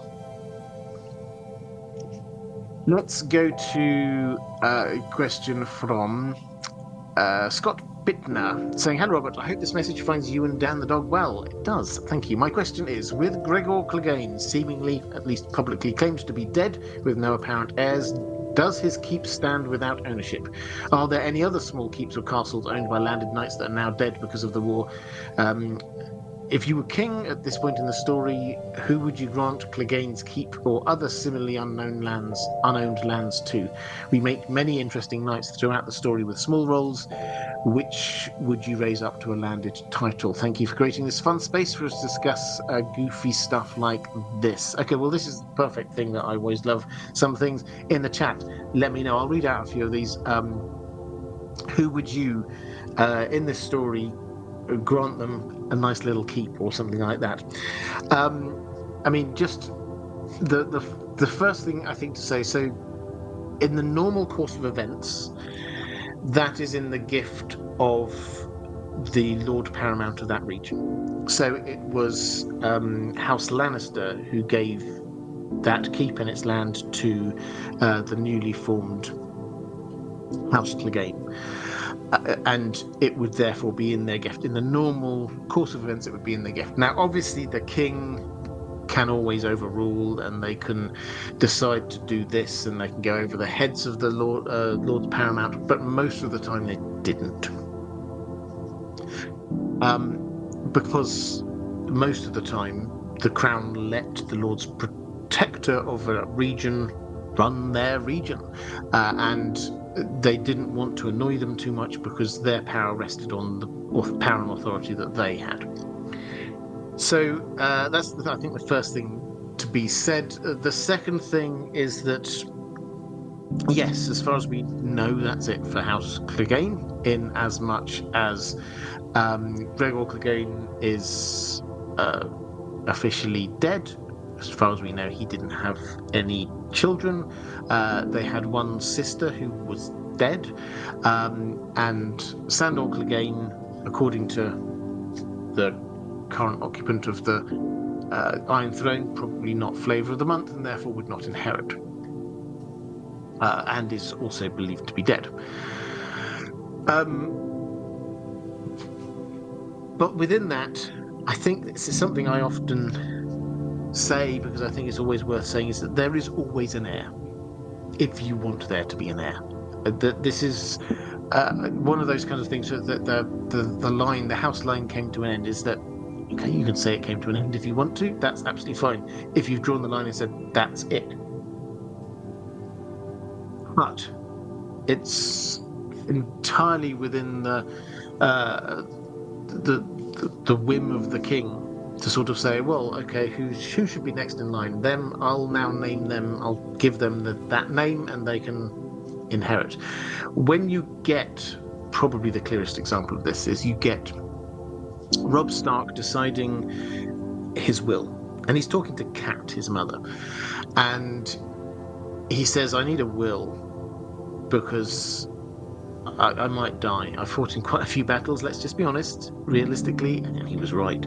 But I need to have a will for who's going to be after me. It used to be quite clear. It used to be Bran was going to inherit after me, and after him, Rickon. But he thinks they're both dead. And I don't want to leave it to Sansa, because Sansa's married to the Lannisters, and so the Lannisters would inherit, and I don't want that. And Arya has gone missing. Nobody's seen her for a couple of years. She's probably dead. So I need to have an heir. And he then says, I want it to be Jon Snow. I want to legitimize him and him be my heir. Cat doesn't want that for a variety of reasons. And she then goes off on this like very random kind of, but there you do have other relations. It's not the end of the Starks. We can leave it to someone else. And she goes, so your father's father had a sister whose daughters married such and such a house in the Royces. I'm kind of making this up, but it was like this. You know, he married House Royce, and then they had 2 children, and one of them married somebody else. I can't remember the name of that house, but they definitely are there somewhere in there. And she's kind of just scratching her head. Who should be next in line? Even if all of the Starks had gone, there's always somebody who's next closest on the family tree. If you go high enough in the family tree and come back down another branch, there will always be somebody else. Similarly with the Cleganes. Although we think of the Clegane family tree as just being, those 3 or 4 people that we know of, there will be others. Their father had a father who probably had brothers and sisters who had children, and so they perhaps are technically the next in line. So all of that said, if you are giving out some, and there will be some of these kind of like abandoned small castles around somewhere, or landed areas, who in the story would you give a little bit of land to and a little bit of title? The people I like, the people I like, so you were sort of asking interesting knights with small roles who could raise up to a landed title. I mean, I'd love to give Brienne some kind of landed title. I'd love to give Arya a landed title. I think he deserves it. Podrick, I think, would work well. But let's have a little look. Michelle Ramos says Pod. Rod Dammit saying give Podrick a keep. Well, Pod seems to be the popular choice here. So there we go. If you've got any more questions, drop them into the chat. Any more questions? Well, if you have any more questions, drop them into the chat. I've got a few more questions I could be going through in the time being. But let's go to Adam Geets saying, hi, Robert and Dan. A Song of Ice and Fire question. Given how George R. R. Martin loves giving detailed descriptions of characters, do you think his lack of a description of any Hightower in his books means something for the rest of the series? If not, maybe it's another question he wants to leave open for everyone to talk about. Well, this is fascinating. If you've not noticed this, we don't have much by way of detailed physical descriptions of the Hightowers, which is a bit odd, and not very odd, for the simple reason that in the narrative we've only actually met one Hightower, Allery Hightower, who's married to Mace, I think, Tyrell, and but we don't get very clear physical descriptions of other Hightowers. Given how keen he is on establishing a clear identity for houses, the Starks have got grey eyes and long faces and often brownish or dark hair. The Valyrians, the purple blue eyes, the silver gold hair, the Lannisters with their golden hair. The fact that these houses have very clear and distinct looks should imply that a house as important as the Hightowers, who, although not Lords Paramount, they are the oldest house, George R. Martin has said, the oldest house in Westeros, and clearly one of the most important and influential houses. Surely their look should be quite important. Now, just to sort of pick at the threads of this a little bit, I think he has given us some hints here. We do have, so we've got Allery Hightower, who I've talked about already. We're told that she has silver hair, which perhaps is just because she's getting old. Fair enough. But then we also get Lyness Hightower, who was, if you remember the backstory for Ser Jorah, he fell in love with Lyness Hightower. He won a tourney. He was the glamorous knight. She married him. He took her up to Bear Island. She broke his heart. There's more to it, but that's the story. He when he sees Dany, he tells her that she looks a bit like her. So some hint of the Valyrian looks going on there, perhaps. Gerald Hightower, who was one of those 3 Kingsguard knights at the Tower of Joy. We're not given a physical description, but we're told that his name was the White Bull, which is an interesting description, interesting kind of nickname, because it implies, so bull probably implies some kind of physically big and imposing kind of person, but also white. What might that be? Did he have white hair? It's possible.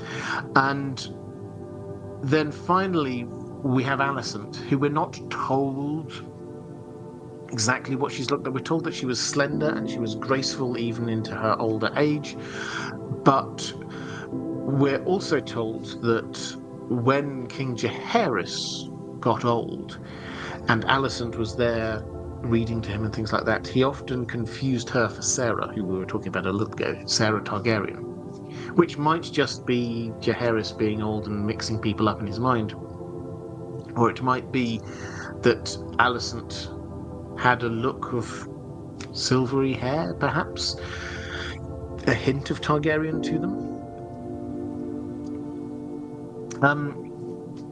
So we don't have a clear description for what the Hightowers look like, but the hints we have seem to suggest perhaps white or silvery hair,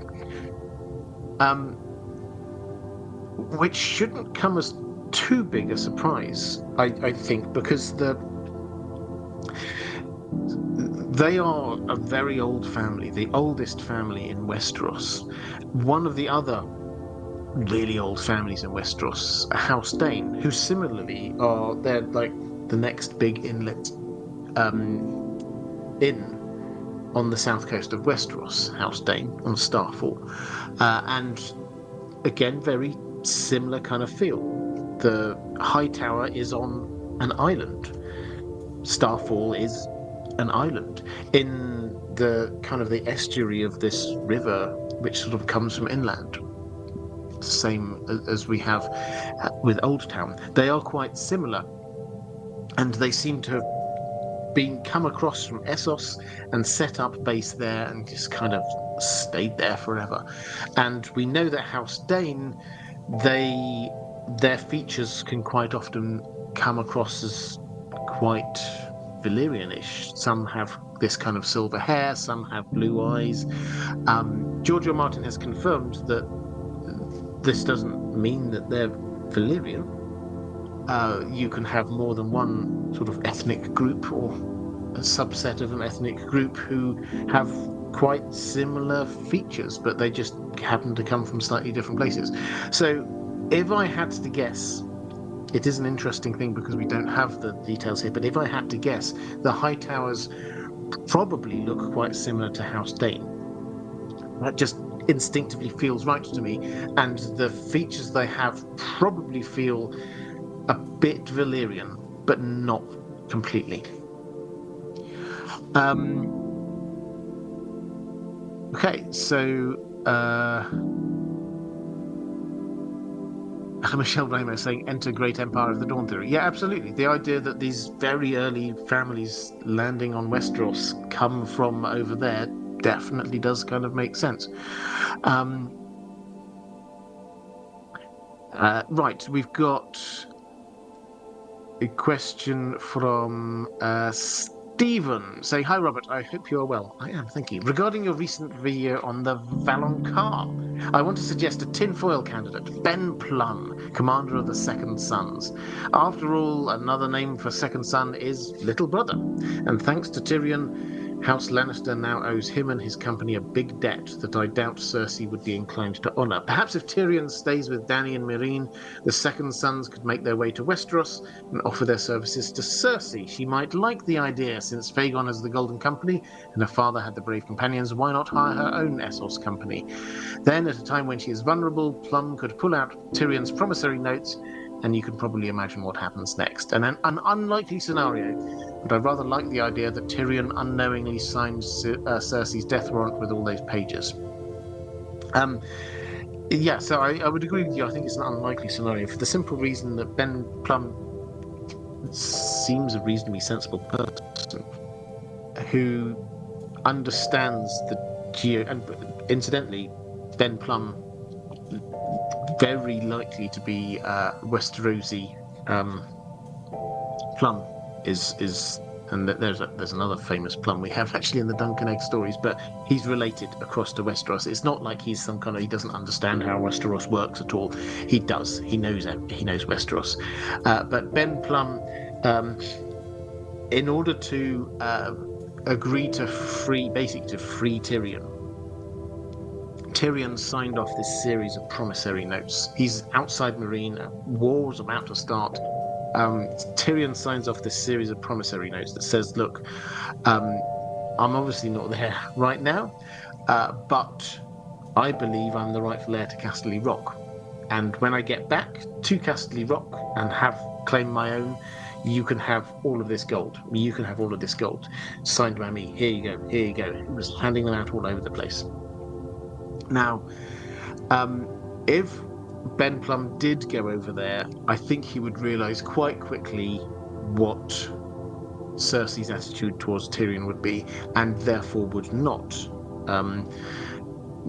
try and extort anything out of her based on a promissory note from Tyrion.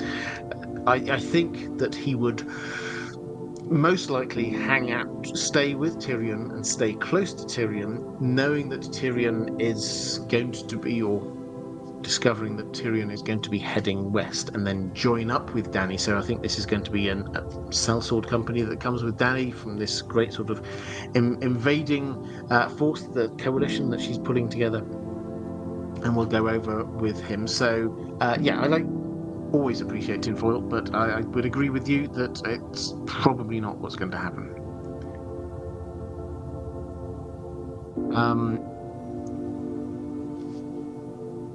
Let's go to April May saying, little sibling, sister or brother.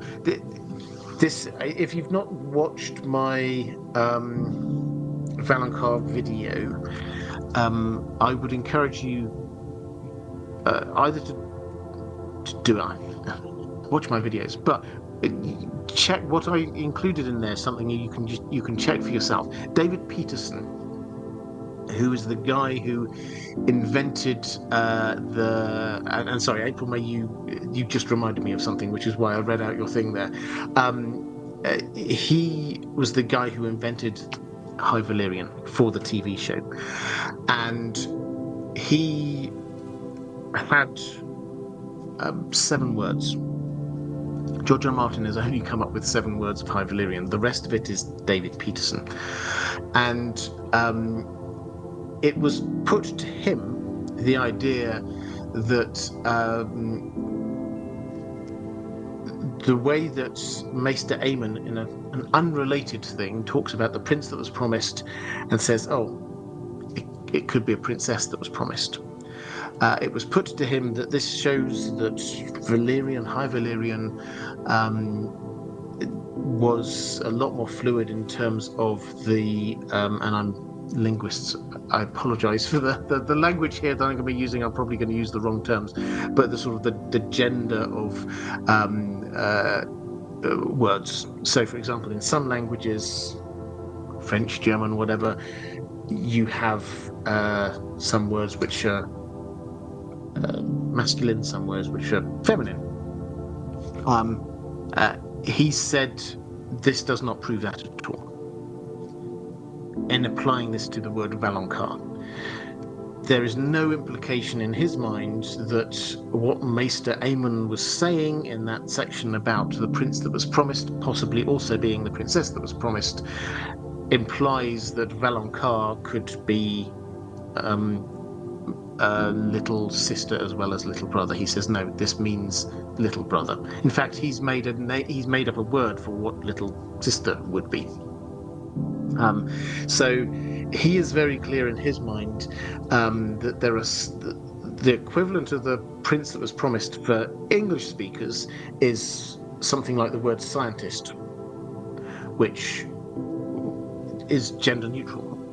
You can't tell just by saying this person is a scientist. You can't tell whether this is, any gender.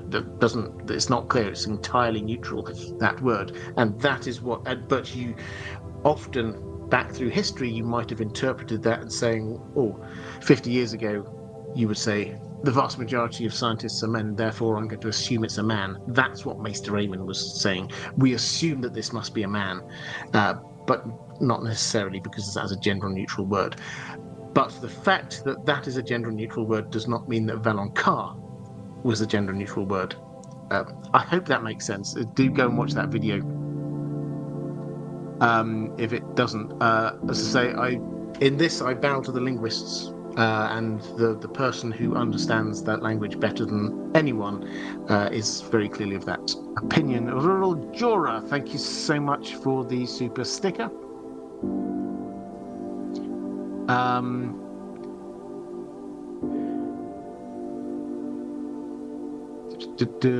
And Michelle Ramos saying Hadar is little sister. Yeah, he gets us. So that's the word that he's come up with for there. And April May saying, but for Cersei, I think she may be right. It's Tyrion because she made it happen. I could easily get distracted into the who's the Valonqar thing here. But yeah, she thinks it's Tyrion, and that is the most important point here. Whoever it ends up being who kills Cersei, which is basically what we're trying to find here, whoever it ends up being, the fact that she thinks it's Tyrion is what is driving the action right now.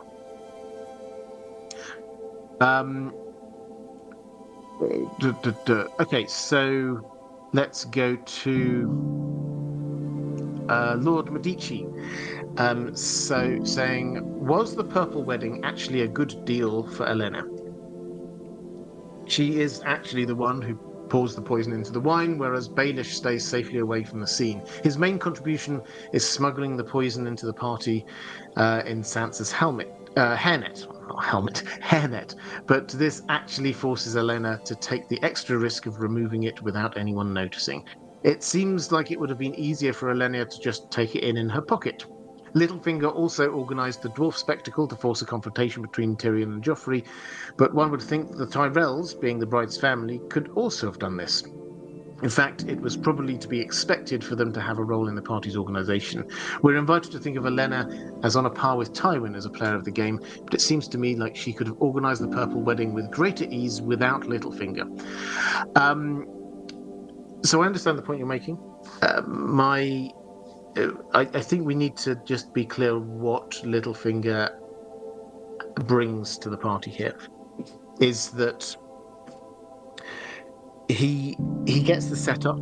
He does the hard work. He manages to get the poison, and so if anyone who traces back this poison in some way, he or his people would be the people who would be found for this.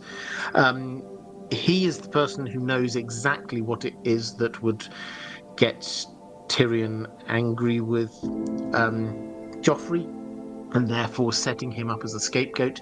He's also getting Sansa out as part of this, which adds to the suspicion. So he is creating, he's doing the nefarious work in the background in order to get the things needed for this to happen, and he's setting up the patsy, as it were. He's setting up the person that's going to get blamed for this.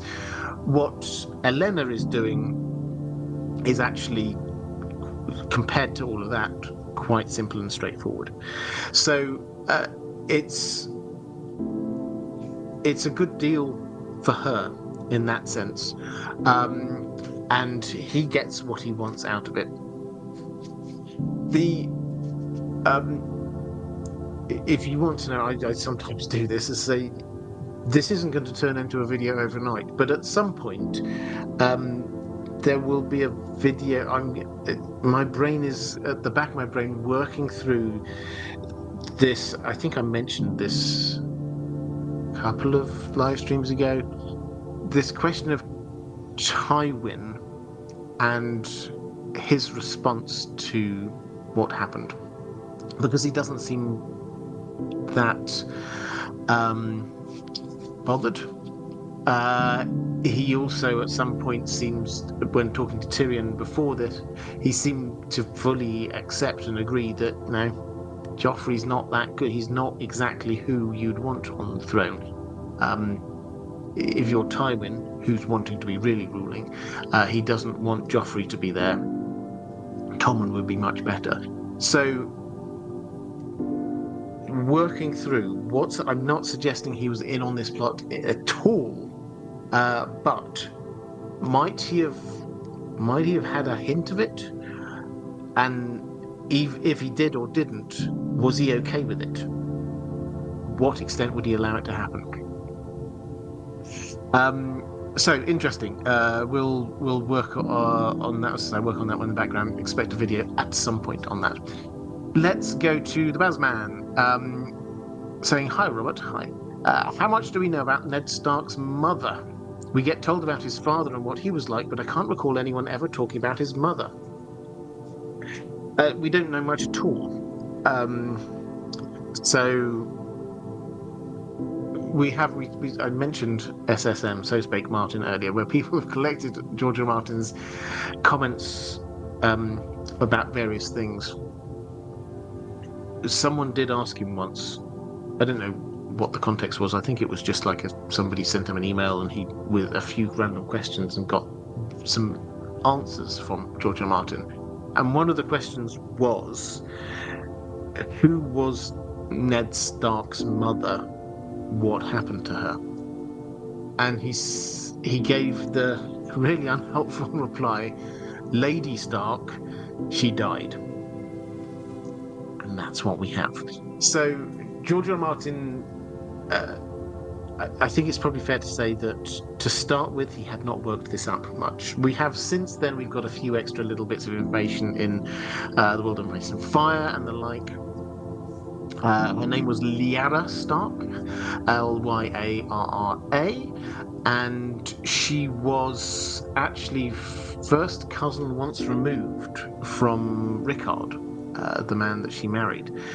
So it's like she's one generation different, but only like you only go up one notch on the family tree. By implication, she must have died at some point in the few years between Benjen being born and the start of the story as we know it, the tourney at Harrenhal, because she definitely wasn't around at the tourney at Harrenhal. We're not told about her then at all. Benjen at the tourney at Harrenhal was about 13. So at some point in that period, she died. What else we know? We know that she was the daughter of Roderick Stark, who was, I think he was known as the Wandering Wolf, and Arya Flint. And the Flints are one of those Northern clan families, so she will have probably been quite a strong independent woman, but you know what I mean. And Ned clearly named one of his daughters after this woman, who was his grandmother. So she seems to have been very likely to have been quite a strong character, but we don't know any real details other than that.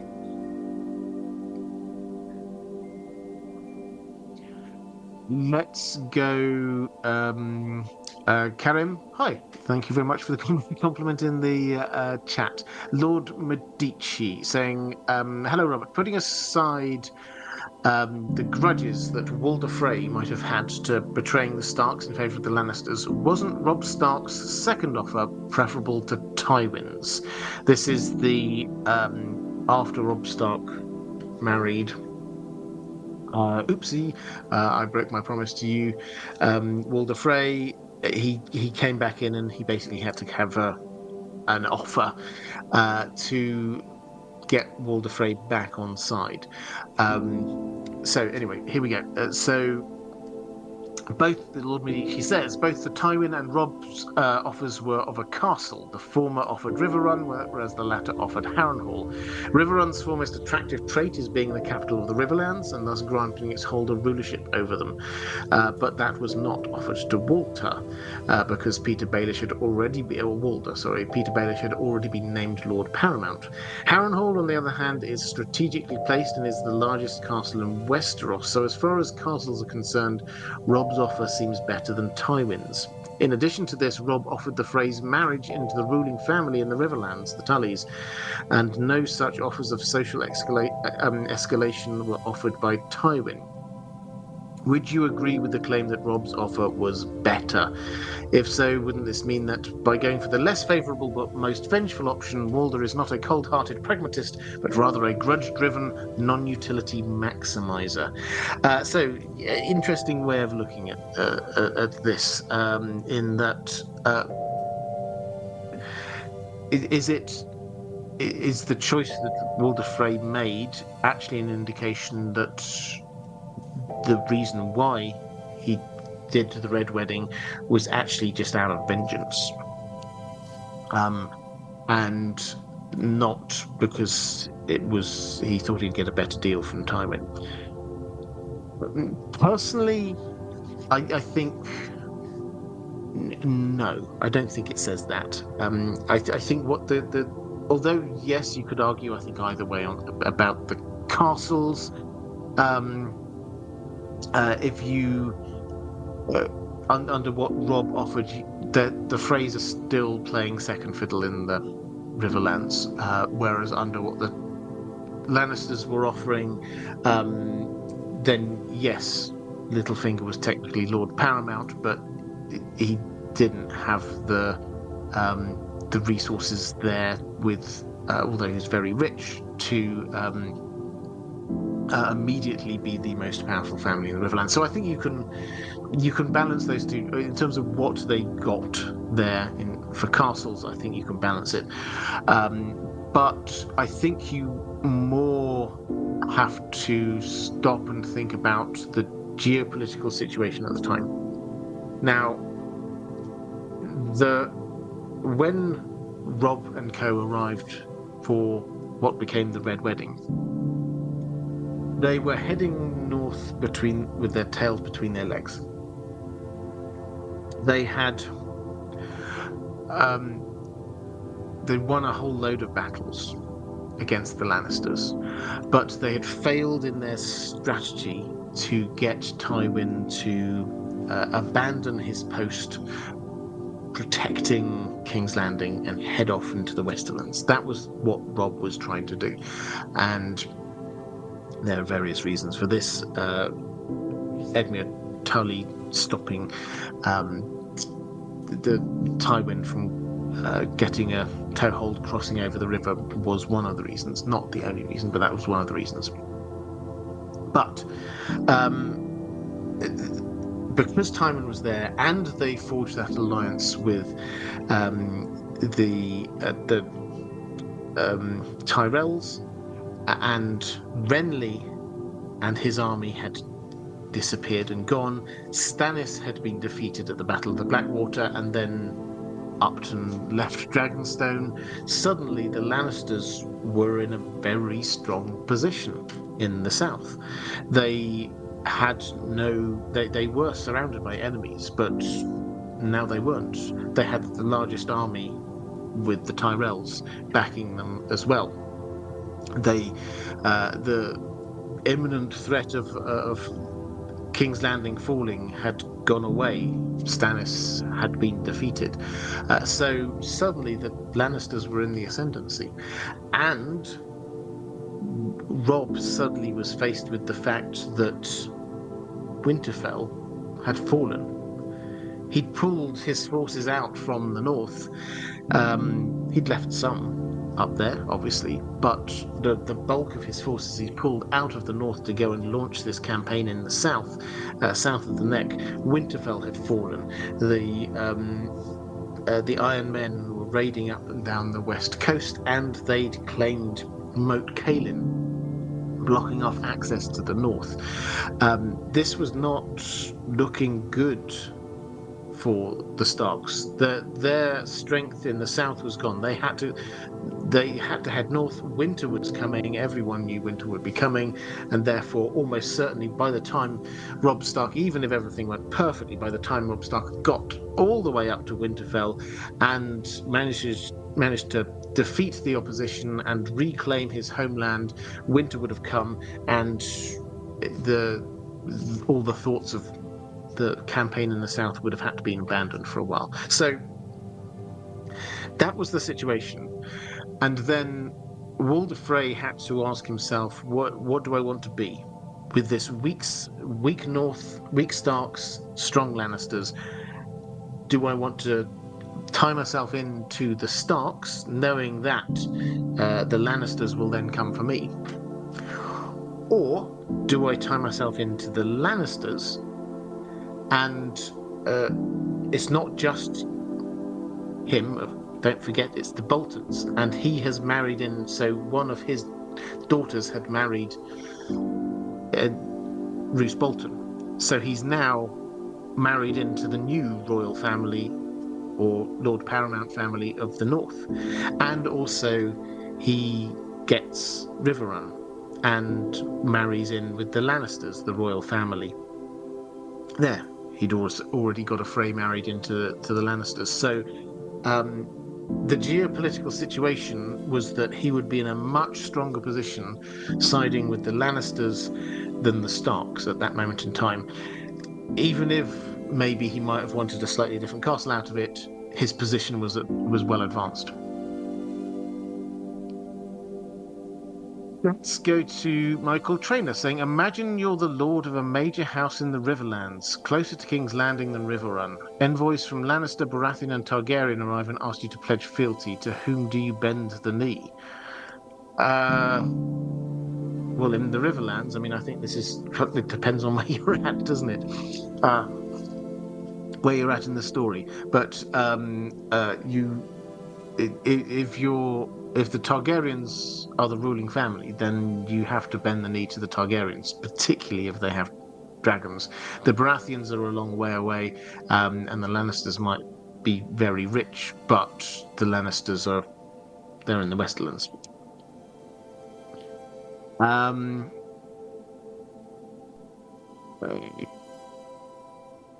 So let's go to question from Martin S. saying, I was thinking that something might have inspired the crown for a king moment in Game of Thrones where Viserys meets his end. Marcus Licinius Crassus, the Roman imperator who crushed the Spartacus rebellion in 71 BC, later led a disastrous military campaign against the Parthian Empire in 53 BC. According to one possibly apocryphal account, the Parthians executed him by pouring molten gold down his throat, symbolizing his legendary greed. What do you think? Could this legend have influenced the crown for a king scene? There are clear thematic parallels,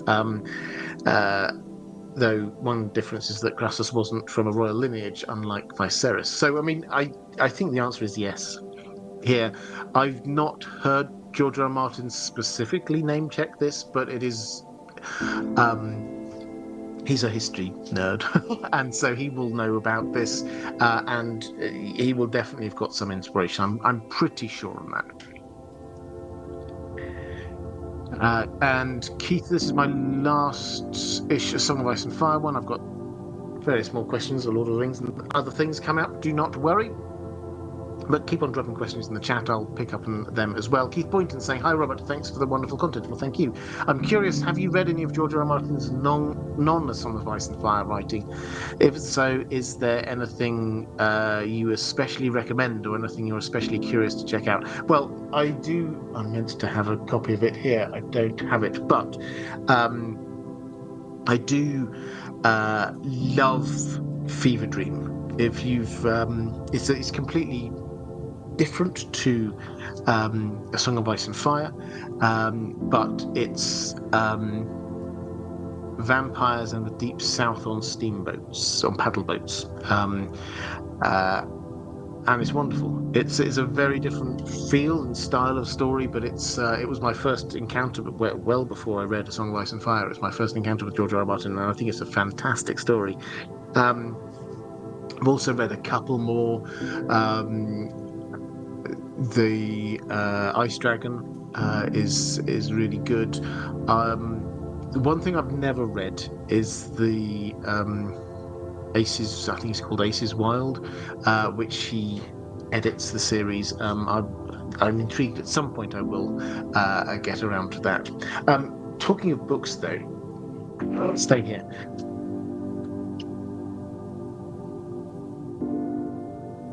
One thing. This is a book nerd corner, just for one moment. If you're not a book nerd, feel free to skip forward a bit. I got sent this. I know that very rarely I suddenly get these things which doing this makes it all seem worthwhile in terms of, like, got a freebie from the Folio Society, which is a new Fire and Blood, and I just thought you would like to see this. So this is a hardback, beautiful book with some new original pictures in it, like here we go, that kind of thing. I've literally no idea whether I now need to put something to say that this is a sponsored post, because they haven't given me any money to say anything nice about this, but they did give me the book, and I just thought you'd like to see it because it is look at this. It's got this nice hardback thing, and if I ever get things like that, then I will very happily share it with you because it's pretty amazing. So anyway, that's I've not got any links to it, so I just thought you'd like to see it. Anyway, Andrew K saying very nice. Maybe show a little bit more. Okay, I will show you. I'll see you. So we've got this beautiful thing here, but I'll show you another picture. Let's see if I can find another picture. There's, I would say, about half a dozen pictures. Oh, here we go. Who do you think this is?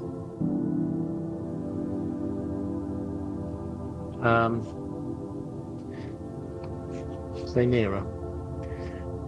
But we've got one more picture. Let's see if we can find one more picture. I'll return to the questions in just one moment. But oh yeah, here we go.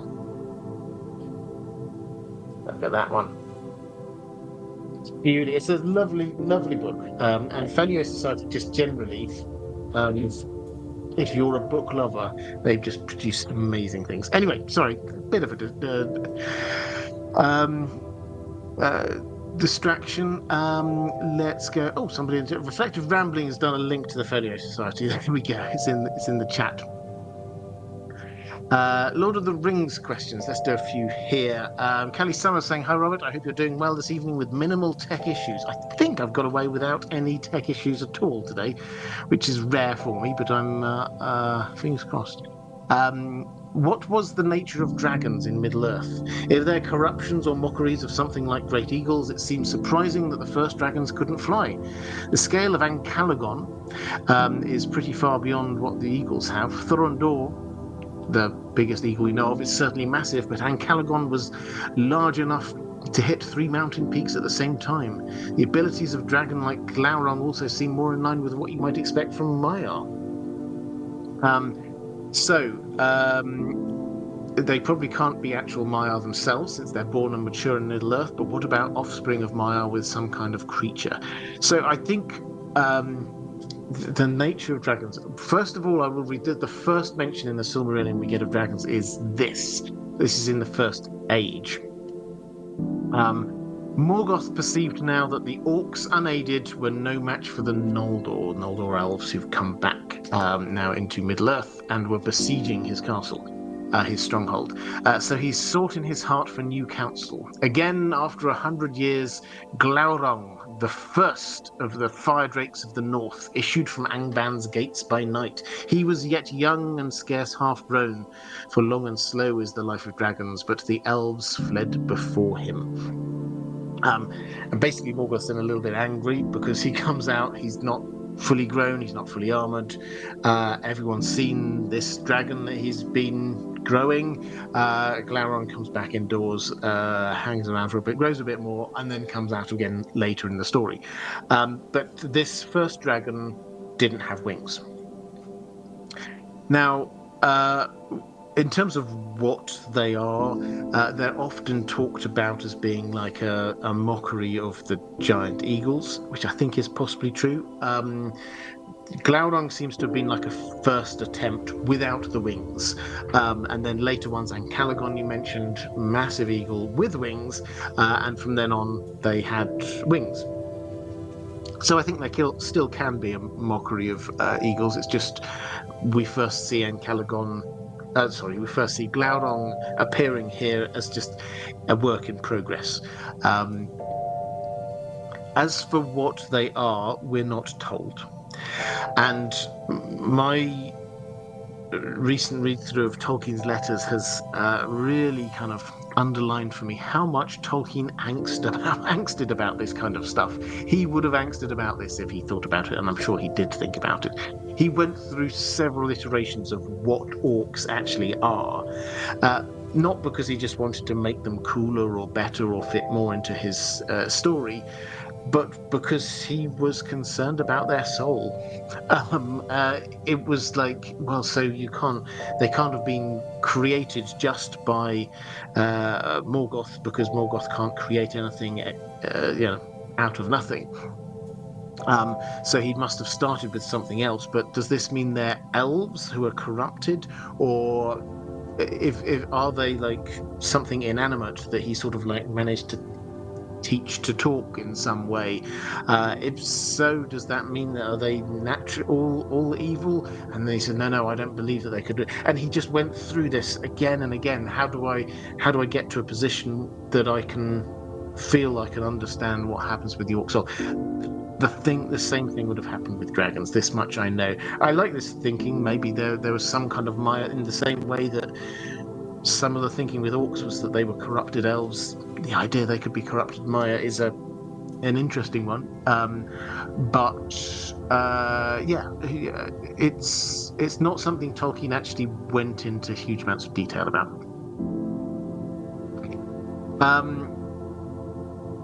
And Callie Summers also saying, I'm not sure if this is tinfoil or something I've just forgotten, but when Morgoth stole the Silmarils, Feanor said he couldn't replicate them. Silmarils, these three beautiful gems, captured the last light of the trees of Valinor. Feanor says he couldn't replicate them because he had put so much of himself into their creation.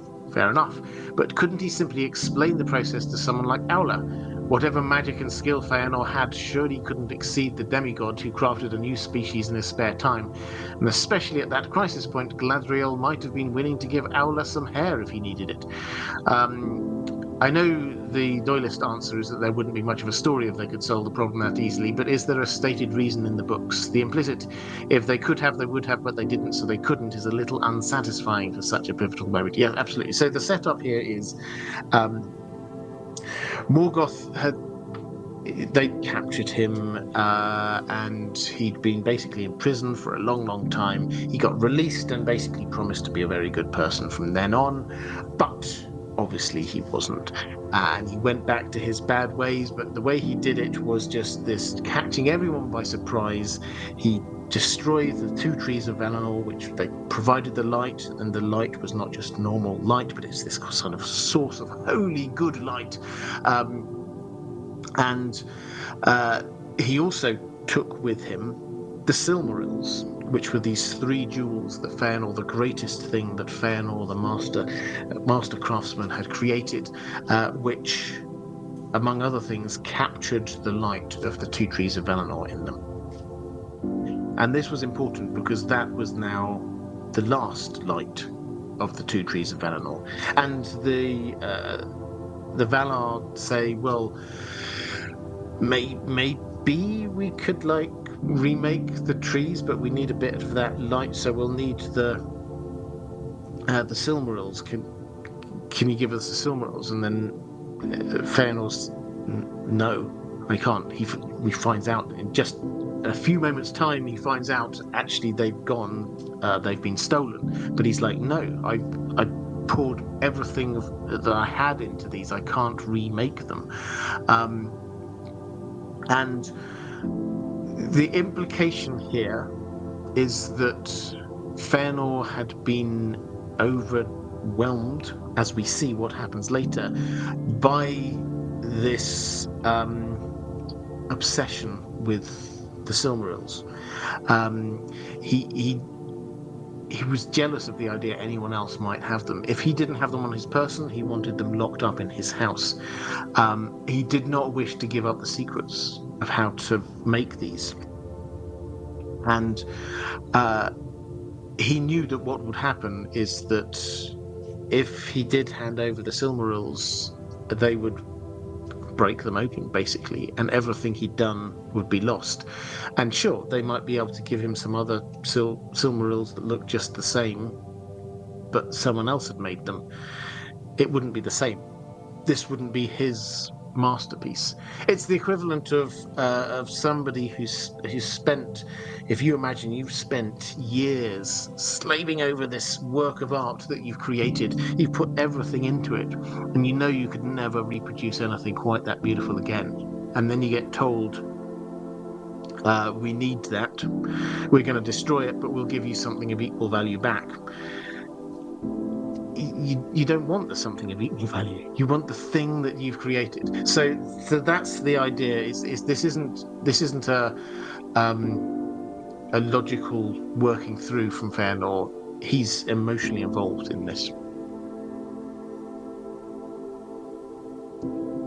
Chaos Ballerina, can all Maiar force people under their will as Sauron does with the ring? Almost seems to be able to with the sea longing. What are the implications of this? So Ulmo he's a Valar, so he's sort of next tier up.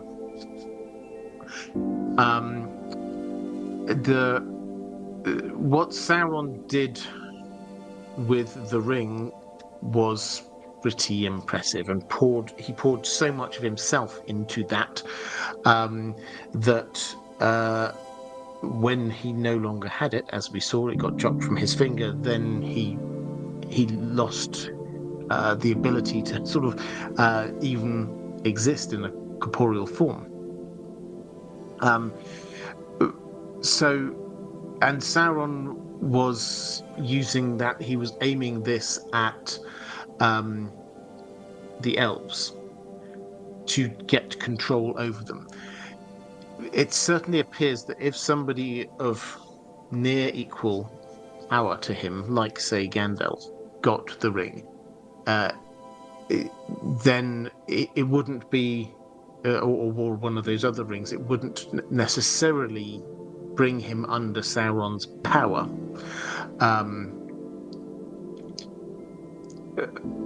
But it would cause them to go down the Sauron route in terms of wanting power for themselves. Now, Sauron himself, this was one of the things that he could do, is get people under his control. Saruman, he didn't control him, but he managed to get him onto his side. And when he couldn't control somebody with his mind, as bizarrely, if you've only seen the films, you perhaps don't understand the magnificence of Denethor. With Denethor, although he had contact effectively with Sauron through the Palantiri, he resisted Sauron's control because of the strength of his mind. Matthew Hawkins. Hi, Robert. It's been a couple of years since I last sent you a question. Still really enjoying your live stream. Well, great to see you. I recently listened to the Lord of the Rings audiobook for the umpteenth time. Still love it. One thing that's always fascinated and frustrated me is the story of how Gollum was sprung from prison in Mirkwood. Legolas states in the Council of Elrond that the orcs that attacked the woodland realm were strangers and not used to the forest. The orcs know Gollum would be up a tree on Midsummer's Eve. Where did the orcs come from? Who sent them? Sauron or Saruman? How did they get the information? It's a pity this was never elaborated on. Yeah, so it sort of is elaborated. Basically, what happens, and this is Sauron's idea, that half works and half really doesn't work. So Sauron captures Gollum. This is before the main story of the Lord of the Rings. He captures Gollum, and we're going to see some of this in the Hunt for Gollum film, I feel sure, whenever that comes out.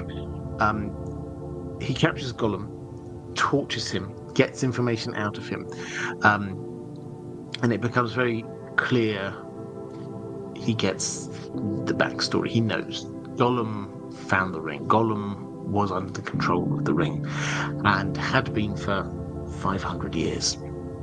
And then it's gone, and Gollum knows that he's got these words, Baggins, Shire, and Sauron knows he doesn't know Baggins, he doesn't know Shire. And so his thought is, what's the best way to use Gollum? Now, he could have just killed him, but his thought was, this guy will lead me to the ring. This guy is obsessed with the ring.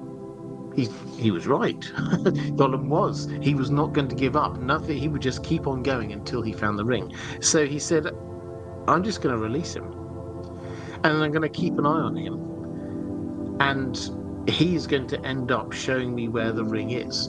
And if he gets the ring and he uses it, then I will find out, and I will be able to get it off of him because he's not a threat. Gollum with the ring is not going to be a threat to me. So that's the plan. And he thought this was foolproof. And so he sends out Gollum, and then Gollum gets captured. And so after Gollum goes up to Northern Mirkwood, and he's there, and Gandalf has sort of rather roughly interrogated him, from what we can understand. Then Sauron thinks, well, he's not doing me any good there. If anything, they're now getting information from him about me, and this isn't good. So he will release him, and let's go back to the original plan. And so they are Sauron's orcs who went to release Gollum and send him back out into the wild. Martin S. I think the Ainur, having entered Ea, that's the world, have three known tiers in a sense.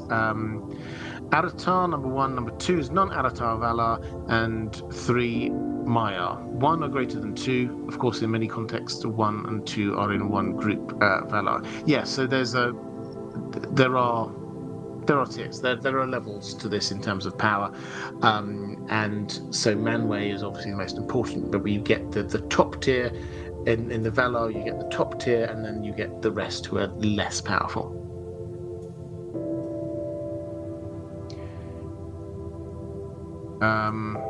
Let's go to okay, so those are the Lord of the Rings questions. I've got some other random questions. Gina Z saying, "Hi Robert, I was wondering if you'd ever consider covering Robin Hobb's Farseer trilogy. How much do you think we can glean about Jon Snow's fate from that Fitz-chivalry Farseer? I know the authors are friends, but even so, I was struck by some of the similarities between the two series. I'm currently reading through Hobb's entire Realm of the Elderling series. It is quite magnificent. I can't bear to start the last trilogy because then it will be over." Well, first of all, yeah, I agree. I think Robin Hobb is a fantastic writer. Also, with her actual name, Megan Lindholm, if you ever come across that. Some fantastic stories. Wizard of the Pigeons is an entirely random book I read ages ago. Great fun.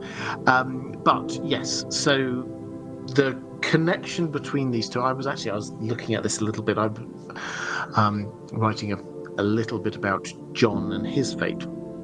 And spoilers here for the Farseer trilogy. By the way, if you're wanting to read that and don't want to know anything, skip forward, I would say, about 2 minutes now. So yes, the similarities are very clear.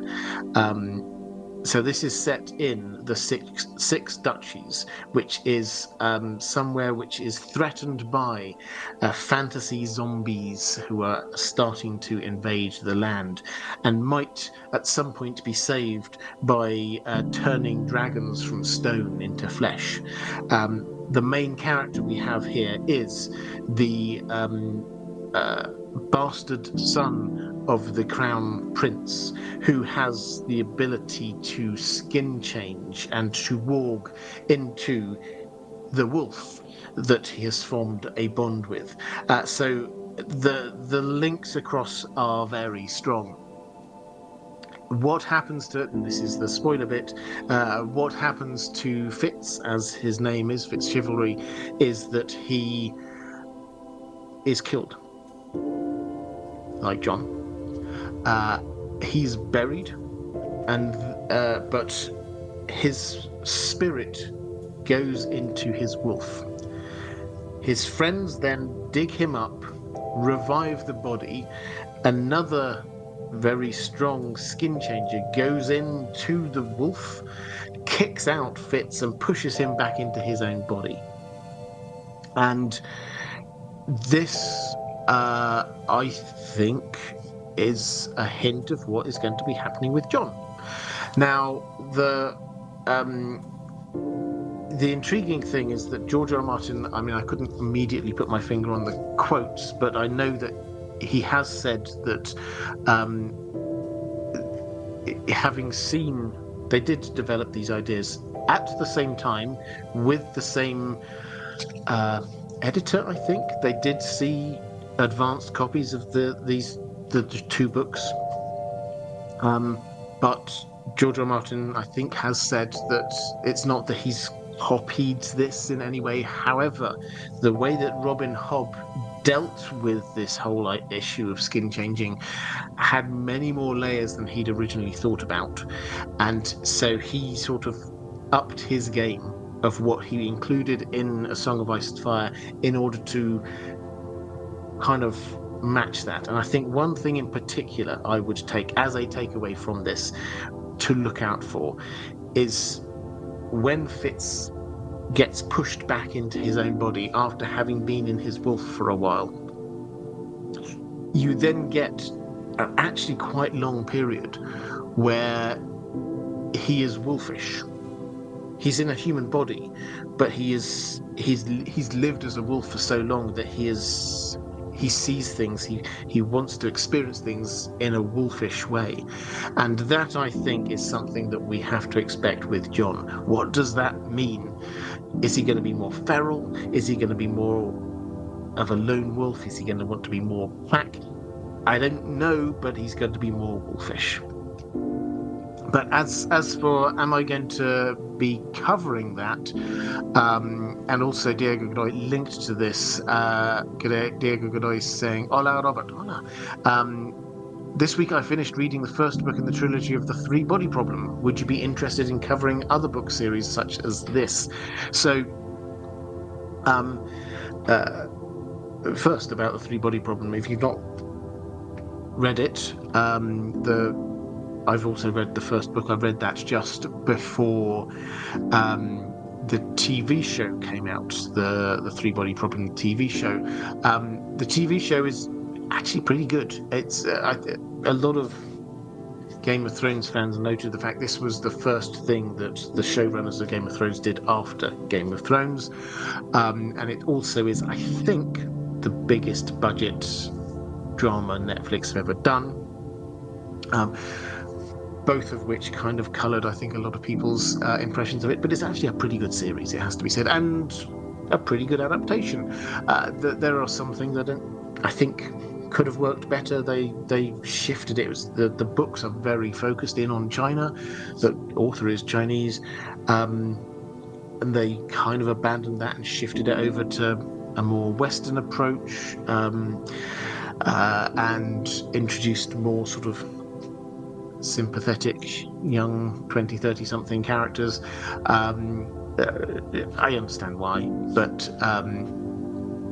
perhaps I think it could have worked a little bit better as it was in the novel. I think it's good. I think it's good. I think the book is good. It's not always easy reading, it has to be said. Sometimes it can be quite hard going, but it is very good and very imaginative. So, but the bigger question, would I cover any of these other book series? Yeah, I'm expanding out. I started out, when I was doing this channel, I basically started out doing Game of Thrones, did a couple of other random things. I did Sherlock ages ago. Used to love that show. But in terms of book series, the Song of Ice and Fire expanded out to Lord of the Rings, do a little bit of Witcher every now and then, as you know. I'm very open to expanding that out even further in the future. So yes, I think realistically, given and I might be wrong in this, but the impression I've sort of got over the last while is that the two franchises, though I don't like the word, two franchises that seem to have the greatest crossover in terms of people who've been asking for them within this fandom are Wheel of Time and Dune. So if I were to expand out, probably one of those ones would be next. Chaos Ballerina, do you believe that Ulmo helped Bilbo with the fish riddle by making one jump out of the water? Are there other instances in Middle-earth where you think he secretly helped through the water? I mean,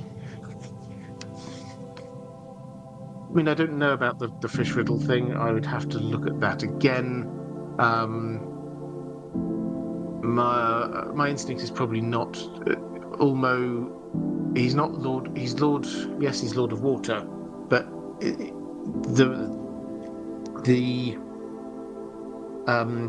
Valar, they have people that they delegate certain things to, and the stuff that Ulmo basically does is the oceans.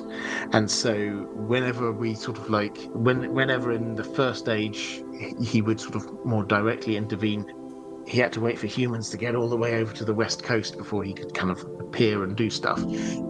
So my instinct is probably not in some dank cavern under the Misty Mountains, but hey, who knows? Where else might he have intervened? Well, the banks of the River Anduin, where Faramir and Boromir got their vision. The Anduin is a massive river, so as much as he is an ocean-going person, if he was going to be whispering something up a river, it would be up the Anduin River.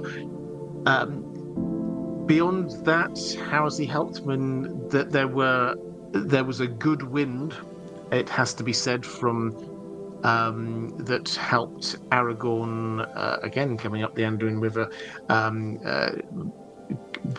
sail up to join the Battle of the Pelennor Fields. That is another thing which is often attributed to the Valar and Ulmo and Manwë in that instance. But most of the time, within the Lord of the Rings, it has to be said they're not on the coast. So Ulmo's role is a little bit more limited than perhaps he would otherwise have done. Ulmo, of all of the Valar, is the one who takes the most active interest in the doings of humans and elves. We're told that he never abandoned the children of Ilúvatar, even when all of the other Valar did.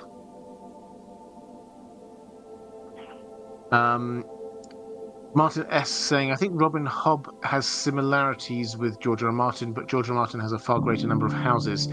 Anyway, I had a Patreon question about Faramir. Yes, you did, and that's coming up. Yes, that's coming up in just a minute or two. That's on my list. Do not worry, that is coming up. I should probably also say, having highlighted the link across to the Farseer trilogy, the one, and I've not read this for a long time, but the one that a lot of people mark across the similarities to is the Memory, Sorrow and Thorn trilogy by Tad Williams. Dragonbone Chair is the first one there, which, as I said, I've not read that for a long time. I can remember really enjoying it at the time, but that was before I read A Song of Ice and Fire, so I wasn't really looking out for similarity there.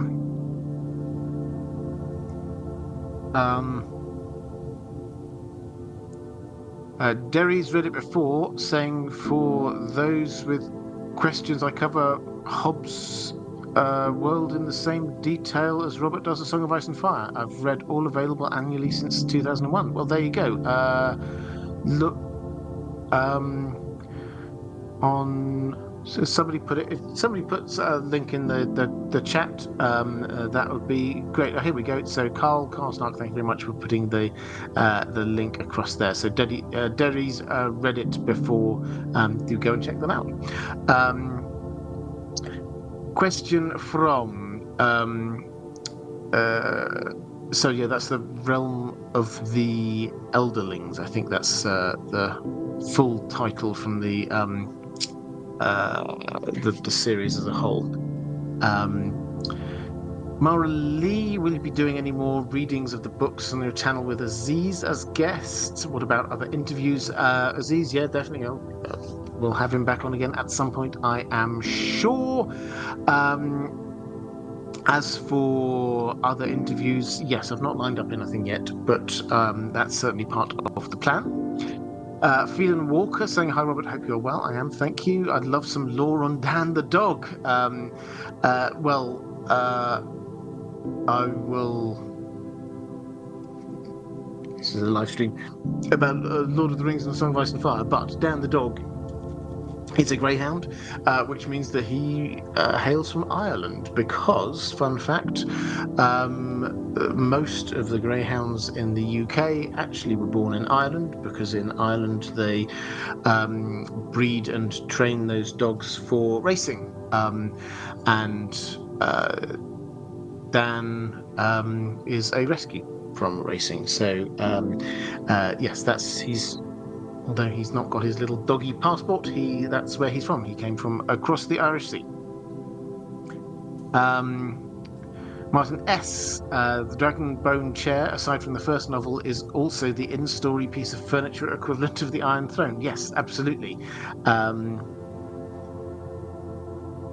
Let's go to... and here, Martin S., here's your question. and you'll get to it eventually, saying, I think the Tolkien fandom has been fairly lenient on Peter Jackson's Lord of the Rings trilogy when it comes to changes. For instance, Faramir at first intending to bring Frodo and Sam with the ring to Minas Tirith before changing his mind during the Battle of Osgiliath. That makes Faramir's judgment significantly worse in the movies than in the novels.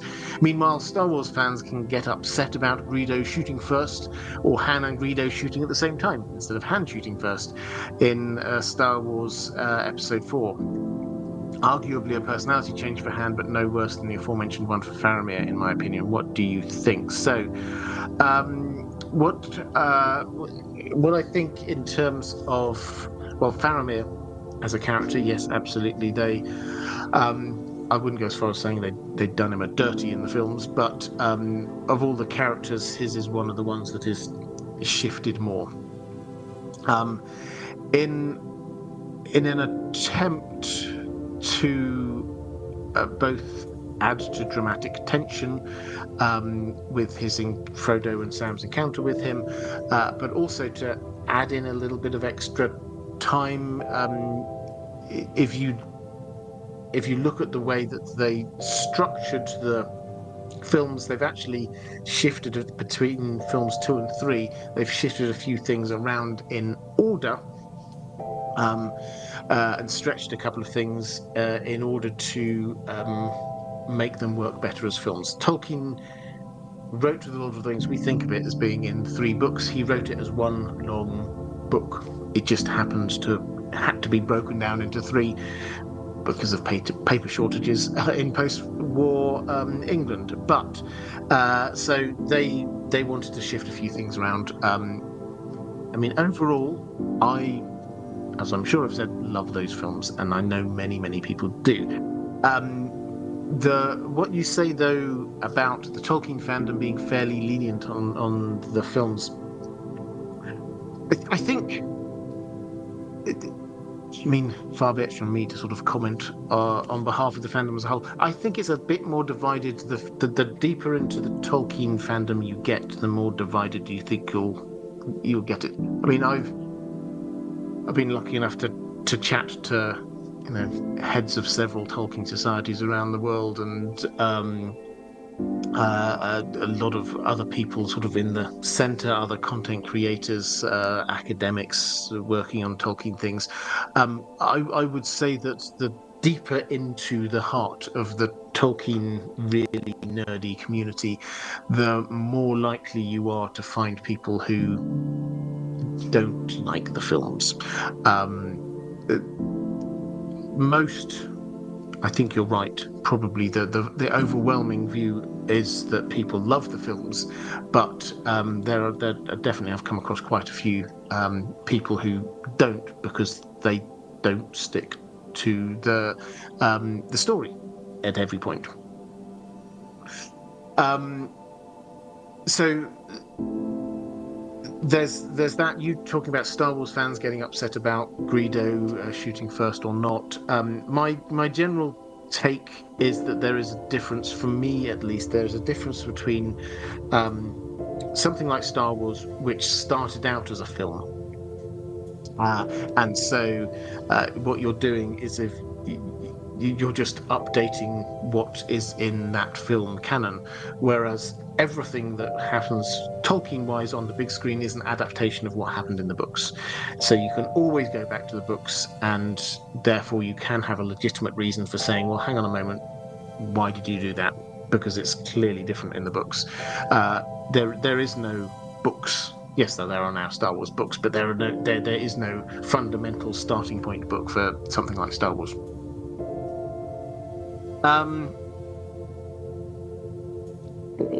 Right.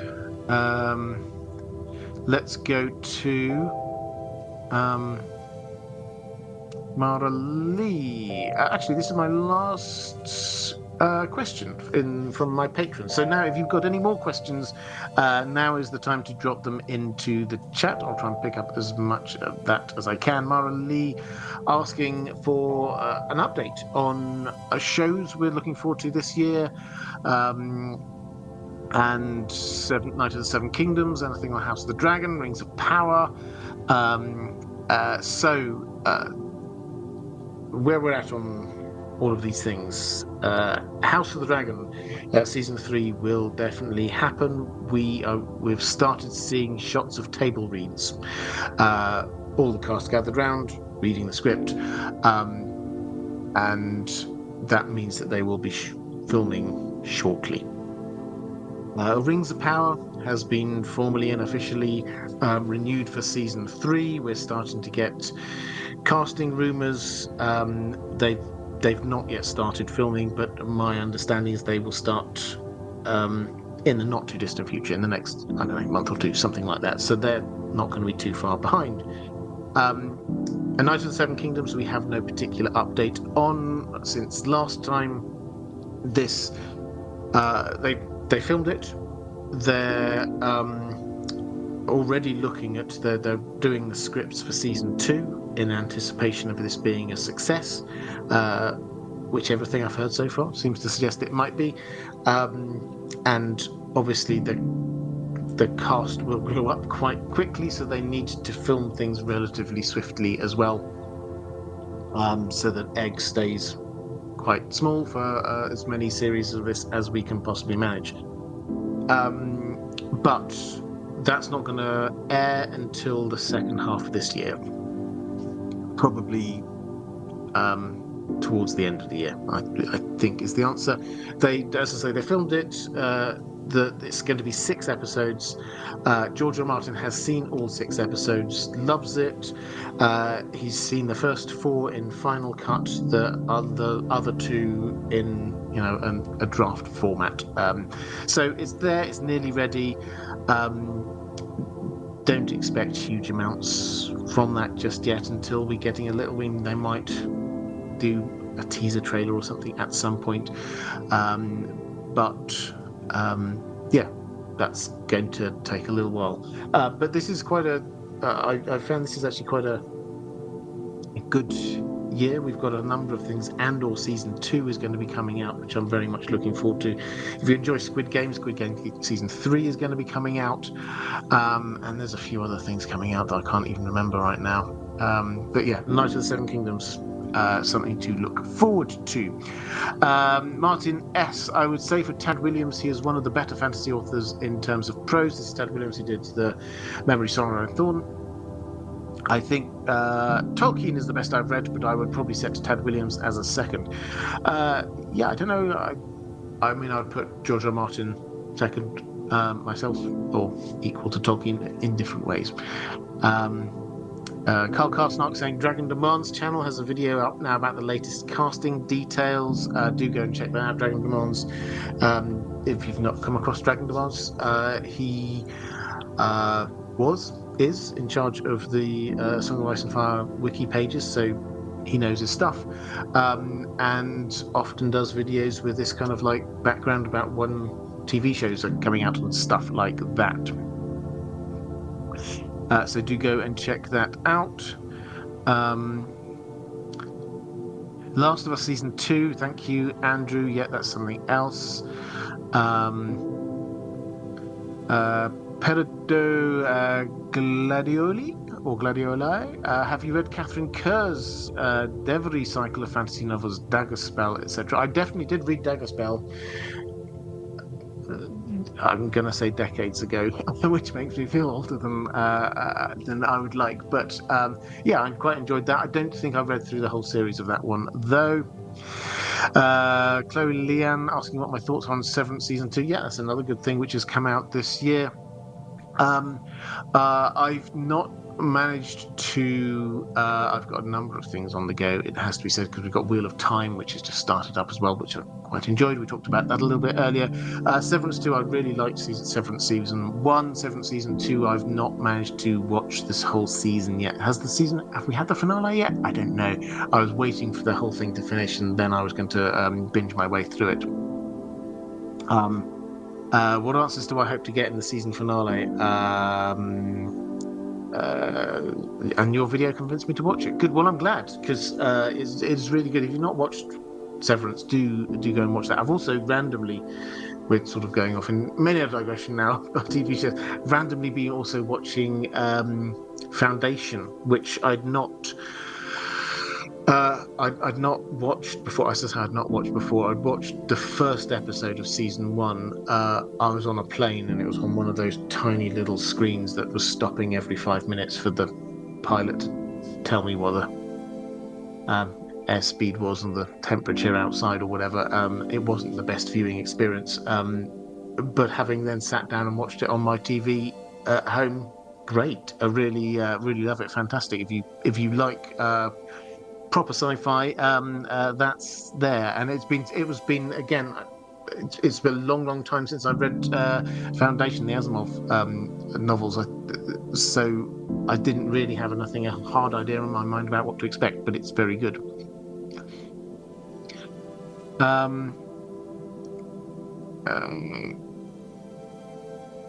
The new Assassin's Creed game is out, says Amy Smith. Yep, that's if you enjoy them. I saw that. I think I've heard good things about that one.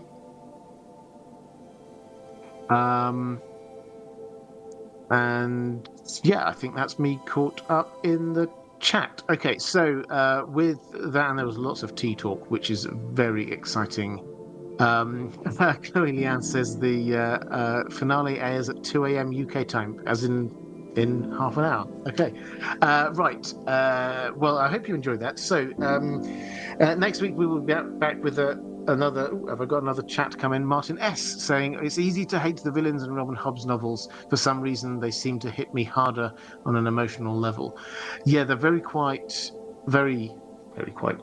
They are. They're quite visceral and very personal. I found that it's Robin Hobb's style. You inhabit the character a lot more of the person, as opposed to, say, in Tolkien moves around a lot between different characters and often kind of zooms out to a lot more omniscient narrator kind of approach, or zooms off to give us a paragraph from a random fox's perspective at one wonderful point. George R. R. Martin will do chapters from a particular person's point of view, but Robin Hood, because we're sort of moving through this largely through this Fitz's perspective, you actually, in this first novels, you feel what he is feeling so much more is what I think. So the writing style means that when you get somebody who has got a personal grudge against you, Fitz, then you feel it more. And particularly when it seems unfair, because you know what you've been through, and when people are accusing you of things that you may or may not have done, but you just think that is not right, and I do not deserve this, it can hit harder, and the bad guys feel worse on a more personal level.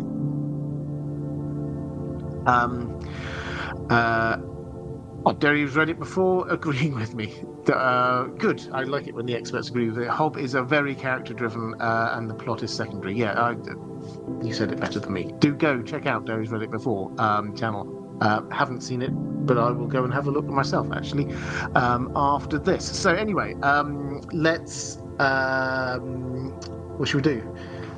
I've got more videos coming out on the main channel. Can't remember what they are, but I do know that I've just started doing a few Zora High ones, so that's going to be coming up over the course of the next few weeks. I don't know what I'm going to do next week. I think, yes, I've been meaning to do this for a while. Patrons, I'm going to be coming out to you asking about thoughts about what we do on these live streams. What I quite like to do is get back into doing a few more of these kind of series where we can deep dive into things as we're going through them. So look out for something, patrons. But if you are watching this back a little bit later, appearing somewhere around about here is going to be a link to more live streams. Appearing somewhere around here is going to be a link to my Patreon page. If you wish to support this channel, that is the best way to do it. Patrons, thank you again. I hugely appreciate you. And moderators, you've been doing a wonderful job, as you always do. Thank you very much indeed. If you're watching the chat, give them a last bit of mod love as well. But I think that is that for now. Feel like there was something else I was going to say, but it can wait for next time. So take care, everyone, and I will see you same time next week. Bye.